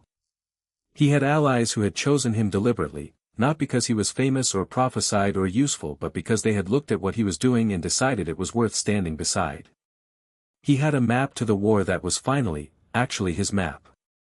You could walk towards something terrible without fear if you understood it well enough. Fear lived in the gap between what you knew and what you didn't. He'd been spending the past month closing that gap. He had work to do. The Horcruxes. The war's approach. Voldemort building strength somewhere in the dark while the wizarding world argued about newspaper headlines and Wisengamot procedure. Harry picked up a quill and opened his notebook to a fresh page. At the top he wrote, "What I know. What I don't. What needs to happen."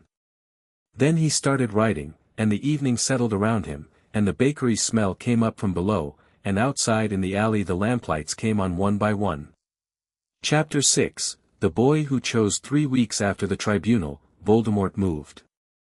It wasn't unexpected. Nothing about it was unexpected.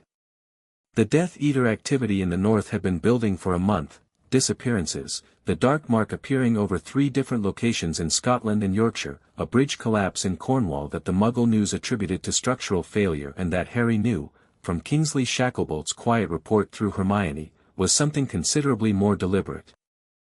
Harry had been watching.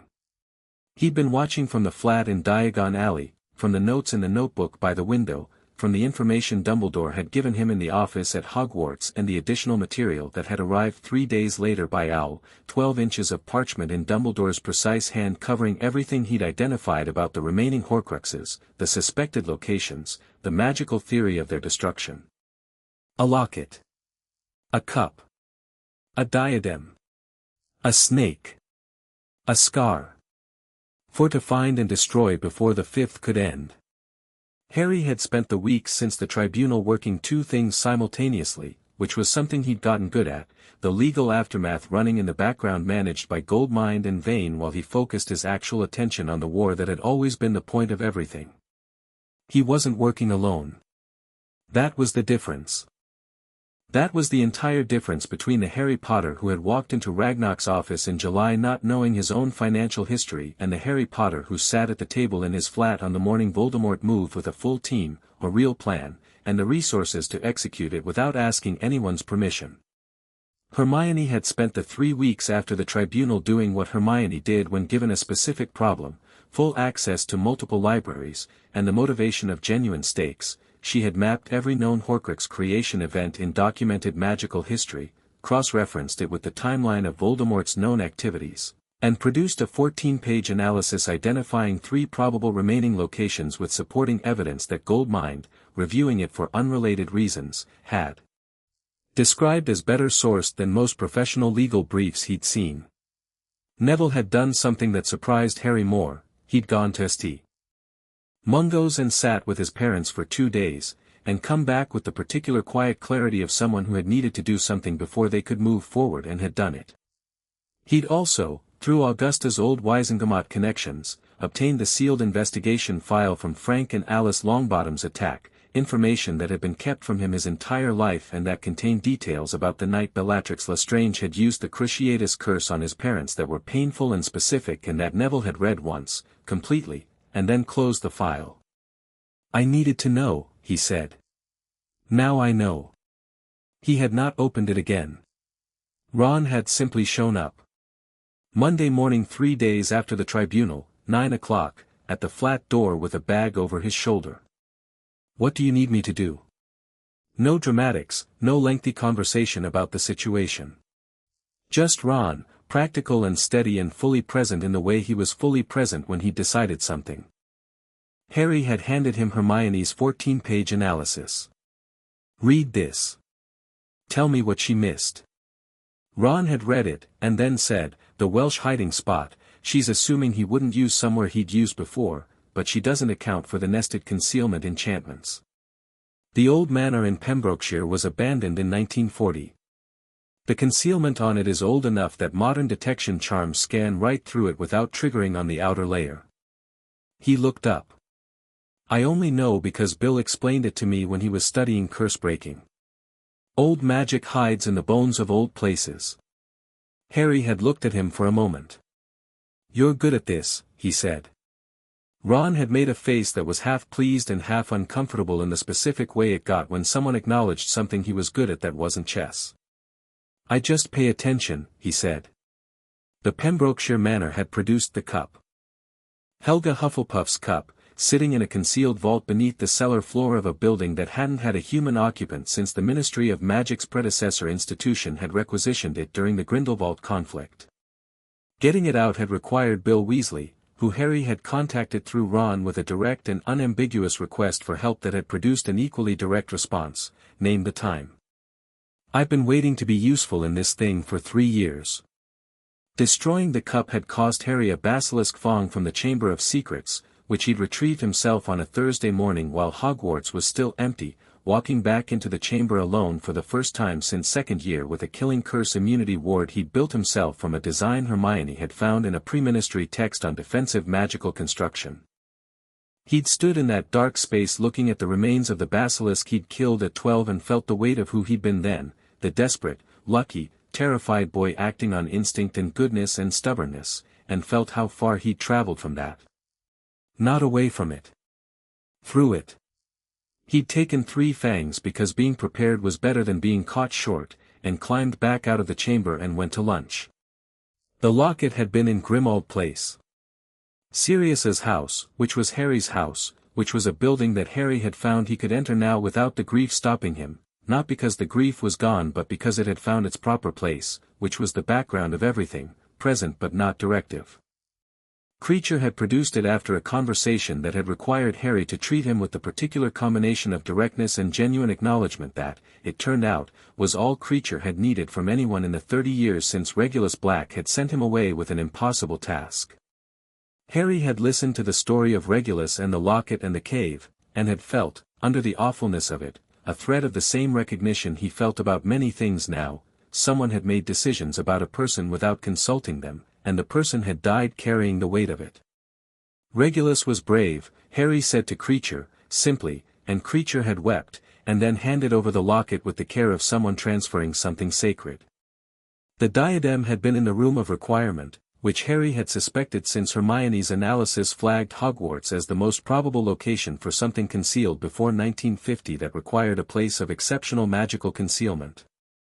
He'd found it in an hour, in a room piled with centuries of discarded things, on the head of a stone bust that someone had dressed in an old wig as a joke and then forgotten about.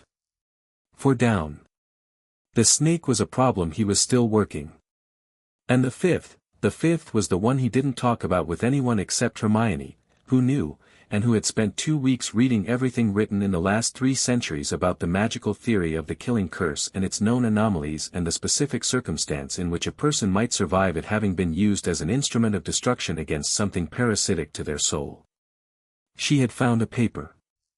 12th century, written in Latin, by a magical theorist whose name had been systematically removed from the records of the wizarding academic tradition, probably because the paper described something that the tradition found inconvenient to acknowledge.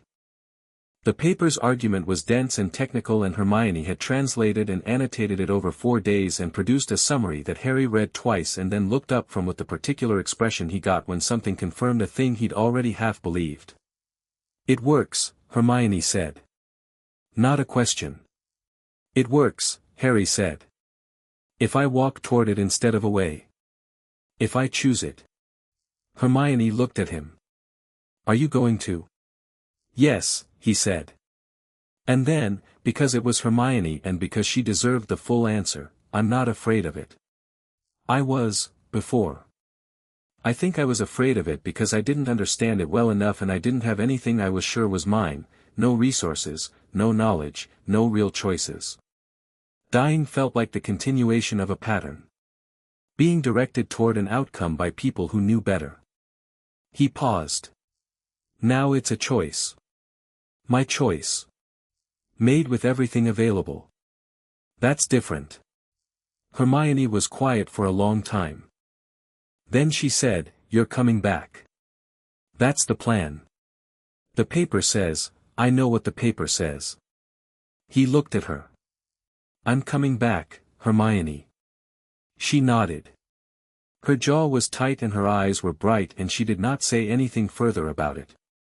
That was, he thought, its own form of trust. The morning Voldemort moved, Harry was already awake. He'd been awake since 4, sitting at the window with the notebook and the tea, running the sequence in his mind, not because he was anxious but because he was a person who thought better when he moved through things methodically, when he understood the shape of what was coming before it arrived. The warning had come through Kingsley at midnight, movement in the north, Death Eaters gathering, the dark mark-up over a village in Northumberland. He'd sent 3 notes immediately, to Hermione, to Ron, to Neville. 1 word each, now. They arrived at the flat by 5:30. Ron in the clothes he'd fallen asleep in. Neville with his wand already out, which made Harry feel something uncomplicated and warm. Hermione with the bag she'd had packed for 2 weeks. "The snake," Harry said, when they were all in. "That's the last one we need before I can move." "Nagini is with him," Ron said. "Yes. So the snake and everything else happen at the same time." "Essentially," Harry said. The 4 of them looked at each other around the table. The lamp was on and the bakery was not open yet, and the alley outside was dark and quiet with the particular quality of darkness before something inevitable. "Okay," Neville said. That was it. No speeches. No dramatics. Just Neville saying okay with the tone of someone who had decided, had known what they were deciding, and was now simply ready. Harry had never in his life loved Neville Longbottom more than in that moment, which he noted and filed and moved on from because there was work to do. The plan was not complicated. The best plans weren't. Voldemort had been drawing power toward himself for months, building toward a confrontation he'd been anticipating for 16 years, at a location Harry had identified through Hermione's analysis and Dumbledore's information, and a piece of intuitive reasoning that he couldn't fully articulate but that felt, in the same bone-deep way that flying felt right and that walking toward the Chamber of Secrets at 12 had felt necessary. Correct. Hogwarts. It was always going to be Hogwarts. Not because of symbolism, though the symbolism was real, but because Hogwarts had the magical infrastructure. The oldest ley lines in Britain ran under the castle. The castle itself was alive in ways that most magical buildings weren't, genuinely alive, capable of response and intention. For a final confrontation of this scale, the location mattered not just as backdrop but as participant. And Voldemort knew it. He'd known it since his time as a student. He'd returned to it over and over, in different forms, through different proxies. It was his place too, in his own way, the first place anyone had told Tom Riddle he was special, and the place he'd never fully left. Harry knew that.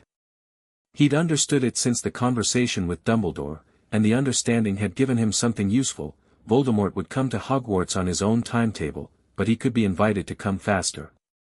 The invitation had been Harry's own presence, publicly announced, at the school. He'd told McGonagall 2 days ago, "I'm coming to Hogwarts. I think he'll follow. I think that's what needs to happen. Harry." McGonagall had replied in 6 words, "The castle will be ready." That had made him smile. Of course it would. They traveled by Floo to the 3 Broomsticks. Rosmerta had agreed to provide a discreet entry point, no questions, which was the kind of help that Harry was learning came from people who had been waiting for an opportunity to do something real and were simply glad to be asked, and walked up to Hogwarts in the early morning dark, for people in a landscape that was becoming slowly, coldly, undeniably significant. McGonagall was at the gates. She looked at all 4 of them in turn, in the way she had looked at Harry in the school entrance 2 months ago, with the awareness of time passing and what it produced. Her face was composed and certain. "The students are evacuated," she said. "The staff are here. The castle," she stopped. "The castle knows," Harry said. She looked at him. "Yes." A pause. "What do you need?" "I need you to hold the defensive positions as long as possible. When Voldemort breaches the outer wards, and he will, probably within 2 hours, I need the castle to channel the engagement toward the Great Hall. I need room and I need light." McGonagall nodded once. Then she did something Harry had not expected. She put a hand briefly on his shoulder, not a grip, just contact, the kind that said things that formal language couldn't carry. He met her eyes. "Come back," she said. "That's the plan," he said, same as he'd said to Hermione. She turned and walked back toward the castle with the decisive energy of someone who had a great deal to organize. They went in. The next 2 hours were the kind of time that compressed and expanded simultaneously, moving fast in retrospect and enormously long in experience. The castle filled with its defenders, order members, Hogwarts staff, several dozen of the older students who had refused evacuation and been permitted to stay on the upper floors with Neville coordinating them, because Neville had turned out, over the past month, to have a specific and genuine talent for organizing people under pressure that nobody including Neville had previously given full weight to. Ron went with Hermione. That had been decided weeks ago, not because either of them was less capable alone but because they were genuinely better together, and the specific task they had in the chamber beneath the castle required both of them. Harry's last basilisk fawn. The cup was gone. The locket gone. The diadem gone. What the chamber held now was the last available instrument of Horcrux destruction, and Hermione had identified, in her characteristically thorough analysis, that Nagini's destruction would require an approach that used the castle's own ley line infrastructure to amplify the Fong's destructive power. She had, in short, designed a trap. For a snake. Using 12th century ley line theory and a basilisk Fong and Ron's specific knowledge of the castle's sub-basement architecture from the map he'd memorized in 3rd year for what he described at the time as no good reason and had turned out to be an excellent reason.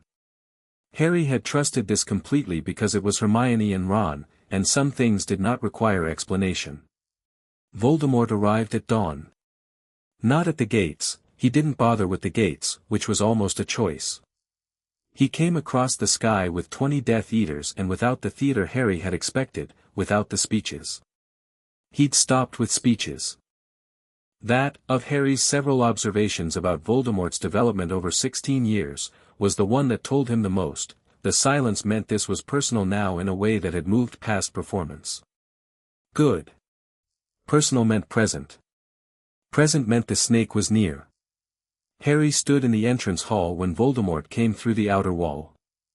Not because he needed to be in the entrance hall specifically but because the entrance hall was where the castle's ley line convergence was strongest and he'd been standing in it for the past 30 minutes letting the building's ambient magic settle around him the way you settled into water, finding the temperature, understanding the current.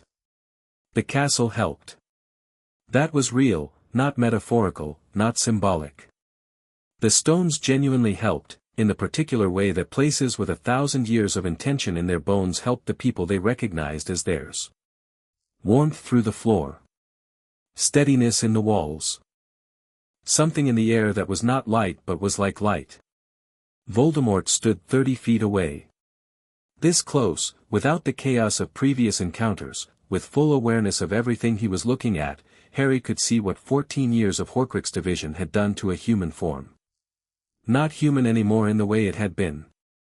Not quite other, either, something trapped between, which was what you got when you made yourself immortal through mutilation. Red eyes with no pupils. A face that had been handsome once, before the repeated dying and rebuilding. Presence that was overwhelming in the physical pressure way of extreme magic, like standing too close to a transformer. You came to me, Voldemort said. His voice was still extraordinary, smooth and cold and constructed for impact. I came to the school, Harry said. You followed. Something moved in Voldemort's expression. Harry had, over the course of his life, never had the opportunity to observe Voldemort in a moment when Harry was completely calm.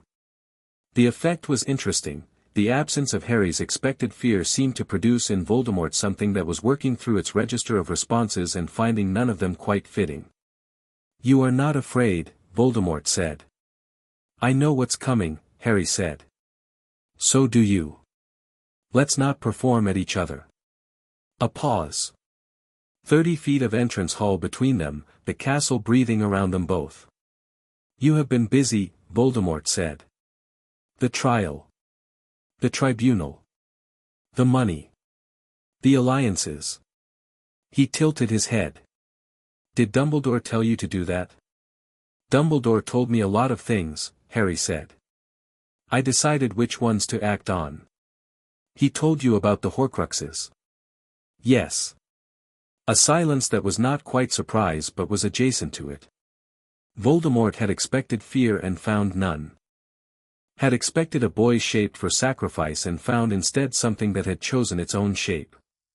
Harry watched the recalibration happening in real time, the slight adjustment of stance, the reframing. "They're gone," Harry said. "All of them. The locket, the cup, the diadem. The snake is being dealt with right now, below us." Voldemort went very still. "Your anchor points are gone," Harry said.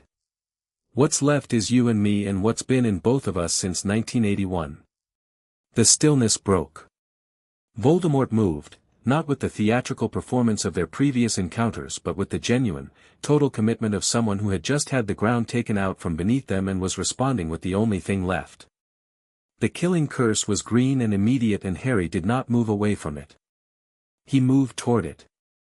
What happened in the Great Hall at 7:14 in the morning on the 28th of August was witnessed by 43 people and understood by approximately none of them in the moment.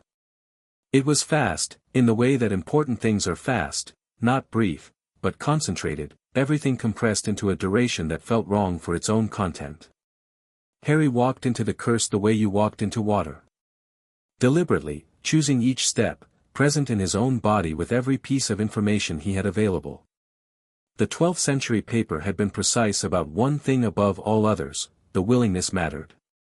Not resignation, not courage as people usually defined it, courage as full engagement with what was real. Walking toward the thing that was coming because you understood it and had chosen your response to it rather than having it happen to you. The castle held the convergence of the ley lines under his feet. He had made, in the past 3 months, all the decisions that needed to be made. He had his map. He had his people. He had his inheritance, not just the money, not just the seats, but the actual inheritance, the one that couldn't be stolen, the values that his parents had written into every legal document they'd left, the trust and the careful provision and the evidence of people who had loved someone they were never going to get to know and had done everything they could think of to make his life good. He was Harry James Potter, 17 years old, holder of the Potter and Black seats in the Wisengamot, account holder in good standing at Gringotts Bank, resident of a small flat in Diagon Alley that smelled like old wood and bakery, friend of Hermione Granger and Ron Weasley and Neville Longbottom and several goblins and one spectacularly principled old man named Tiberius Ogden who voted the merits every time. The killing curse hit him.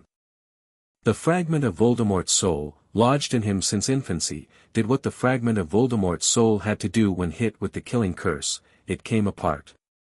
Destroyed by the force that had created it, the same terrible magic that had put it there turned against it at last.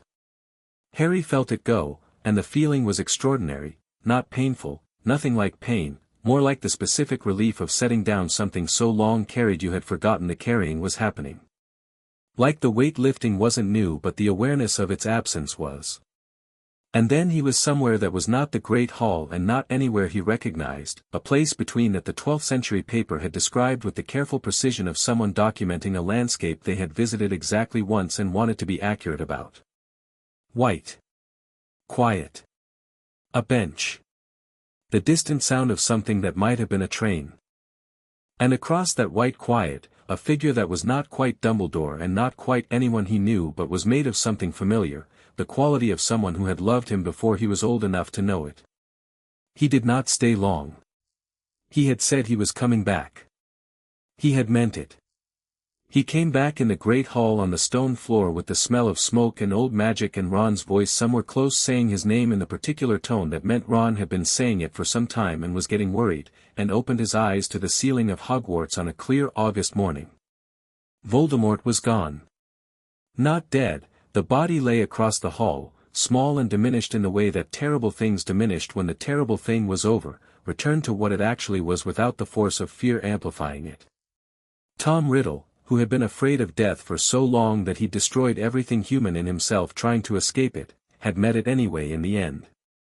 The difference between them, at the last, had been exactly the difference Harry had understood all summer: one of them had chosen their circumstances and one of them had been trying to escape them. Harry lay on the floor and looked at the ceiling and breathed. Ron was beside him. Hermione's hand was on his arm. He could hear Neville somewhere, the sound of his voice directing people, steady and authoritative and real. He sat up. The great hall was full of the aftermath of battle, smoke, rubble, people with minor injuries, the specific terrible quiet of a large space after something large has ended. The castle's stones were warm. The ley lines below had done what they'd been built to do, channeling and containing in ways that had limited the structural damage to the building's outer walls and no further. McGonagall was standing at the far end of the hall with her wand sheathed and an expression that was too complicated to read from a distance. "Nagini?" Harry asked. "Done," Hermione said. "Ron's design. It worked exactly." She paused. "He's insufferable about it." "I'm rightfully proud," Ron said, from beside Harry, with the tone of someone who was rightfully proud and also very tired and also possibly about to cry, which was all appropriate given the circumstances. "It was a good trap." "It was an excellent trap," Harry agreed. He stood. His legs were steady, which surprised him slightly until he remembered that dying and coming back, according to the 12th century paper, was physically disorienting for approximately 30 seconds and then resolved entirely. He felt clear. The specific clarity of someone from whom a weight had been removed and who had the energy of its absence. He walked across the great hall to where Ragnarok was standing. The Goblin King had arrived at Hogwarts at 5 in the morning with a formal escort of 12 goblins, all armed, all in the ceremonial armor that Harry had not previously seen and that was considerably more impressive than he'd expected. Ragnarok had told him, when Harry had informed him of the plan 3 days before, "Gringotts has an institutional interest in the outcome of this conflict. We will be present." Harry had said, "I'd be glad to have you there." And meant it. Ragnarok looked at Harry now with those amber eyes that missed nothing, and what moved through them was brief and complete and wordless in the specific way of someone acknowledging that a thing they had wagered on had come through. "The account," Harry said, "is in good standing."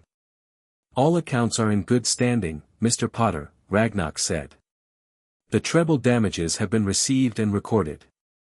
The estate is intact. The institutional reviews of the 3 positions are ongoing."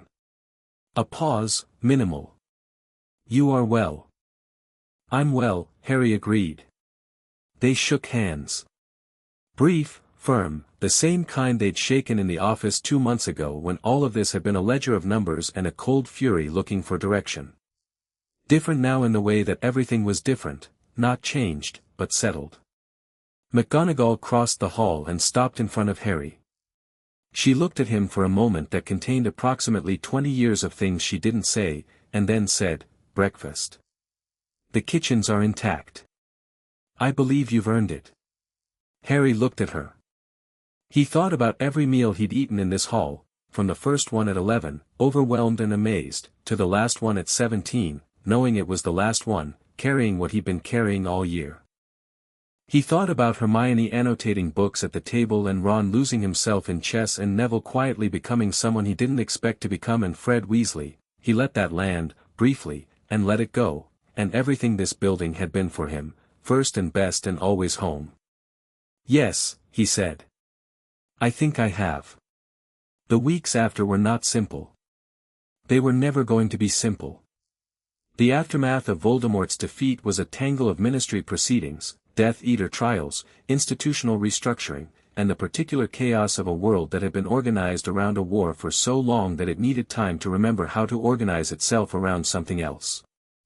Harry navigated it the way he navigated everything now, directly, with information, with his legal team behind him and his friends beside him and the seats in the Wizengamot giving him a platform he was not shy about using. The position reviews produced their outcomes over the following month. Dumbledore stepped down as Chief Warlock voluntarily before the review concluded. His letter of resignation, which reached Harry through Craddock, was 2 pages and contained no self-justification. Just the acknowledgement of what the review had established in a single line at the end. "I hope, in time, you may find the version of this that is not entirely loss." Harry read it 3 times and then wrote back, "The school needs you. The headmaster position should remain yours if you choose it. HP." The reply to that was brief, "Thank you." That was all. The thickness investigation moved through Amelia Bones' ethics committee with the thoroughness Bones brought to everything. Thickness' involvement proved, as Hermione had suspected, to be a matter of willful non-examination rather than deliberate conspiracy. He had signed the permits knowing they weren't what they said and had chosen not to know more. It cost him the law enforcement position, which was appropriate, and produced a resignation letter that contained considerably more self-justification than Dumbledore's, which Harry found instructive about character in inverse proportion to culpability. Narcissa Malfoy used the exit. Quietly, through Goldmine's channel, she provided 3 months of information about Death Eater operations and networks that helped the Ministry round up 17 individuals who had assumed the war's end, gave them time to disappear. Draco was not prosecuted. He enrolled in a healing program in Edinburgh and was not seen at the Malfoy estate for the better part of a year, and when Harry encountered him at a Ministry function some months later they regarded each other across a room with the complicated recognition of two people who had been on opposite sides of something enormous and had both come out the other side changed. Draco nodded. Harry nodded back. Percy Weasley learned about the payment through Molly Weasley, exactly as Harry had intended, on a Sunday in September when the family was all together, and the telling of it happened in the context of family rather than legal document. It was painful and then it was over, and then Percy came back to the family in the way that things returned when the obstacle blocking them was finally named and cleared. He never spoke to Harry directly about it. Harry did not require him to. Neville kept the Longbottom seat and used it in ways that would have surprised anyone who had known him at 11, direct, substantive, with the particular credibility of someone who had nothing to prove and therefore nothing to perform. He visited St. Mungo's every Sunday, and sometime in the second month after the war ended his mother held his hand for 7 seconds before letting go, and Neville came back from that Sunday visit and said nothing about it at dinner and ate 3 helpings and smiled at the table the way people smiled when something private and important had happened. Ragnarok filed the completed institutional review findings with the International Confederation of Wizards, the comprehensive version, covering both the financial misconduct and the covenant breach, creating a precedent in international magical law that Goldmine described as historic and that would be cited for decades. Harry attended the ICW session as the petitioning party, gave a 5-minute statement, and spent the subsequent diplomatic reception talking to a Goblin financier from the Paris branch of Gringotts who had been watching the British case with professional interest and who had, it emerged, 3 similar pending cases in the French magical system waiting for exactly this kind of precedent to move on. The world was bigger than Britain. That was something Harry had intellectually known and was now, operationally, beginning to understand. On the 1st of October, 2 months after the war ended, Harry sat in the flat in Diagon Alley and opened his mail at the small table with tea and the persistent bakery smell. There were the usual items: Goldmine's weekly case summary, a letter from Ogden about an upcoming Wisengamot session, an invitation to speak at a ministry event he was going to decline, a card from Hermione who had started the Ironright and Thatch conversations more seriously and was finding them, she wrote, genuinely interesting, which is either very good news or a sign that I need to examine my definition of interesting. There was also a letter he hadn't expected. It was from Petunia Dursley. 1 page. The handwriting was careful in the way that careful handwriting got when the writer was uncertain about the act of writing. It said very little, that she had heard, through the news, about what had happened. That she was glad he was alive. That she wanted him to know she had kept, in a box under the bed in the room that had been his for 1 summer, not the cupboard, the room, some things that had arrived by post addressed to him over the years, letters and cards and envelopes that she hadn't given him because Vernon had said not to. She wanted to know if he wanted them. Harry looked at the letter for a long time. He thought about Petunia Dursley, who had watched her sister die and taken in her sister's child and been, not good about it, not even close to good about it, but present in the limited way she was capable of being present. He thought about the blood ward and the way it worked, genuine family connection, genuine shelter, however inadequate, genuinely offered. He thought about the 14 years he'd spent in that house and the 17 he'd spent since leaving it and the box under the bed with letters his family had sent him that he'd never read. He wrote back, yes. Please send them. Thank you, Petunia. He used her first name because she was his aunt and because the formal distance had served its purpose and was no longer required. He sealed the letter and gave it to Hedwig, who took it with the serene confidence of an owl who had carried messages from number 4 Privet Drive to Hogwarts and back for 7 years and found this direction considerably less difficult. Then he poured a second cup of tea and opened his notebook to a fresh page and wrote at the top, "What I know. What I don't. What comes next." The list was long.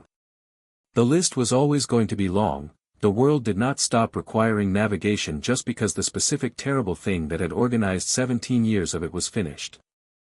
There were Wisengamot sessions and Horcrux-related magical theory that the academic world needed to catch up on, and an ICW precedent that was going to require ongoing work and a war's worth of people who had been hurt and needed the kind of institutional response that only happened when someone pushed for it consistently, in formal spaces, with the right documentation and the right standing.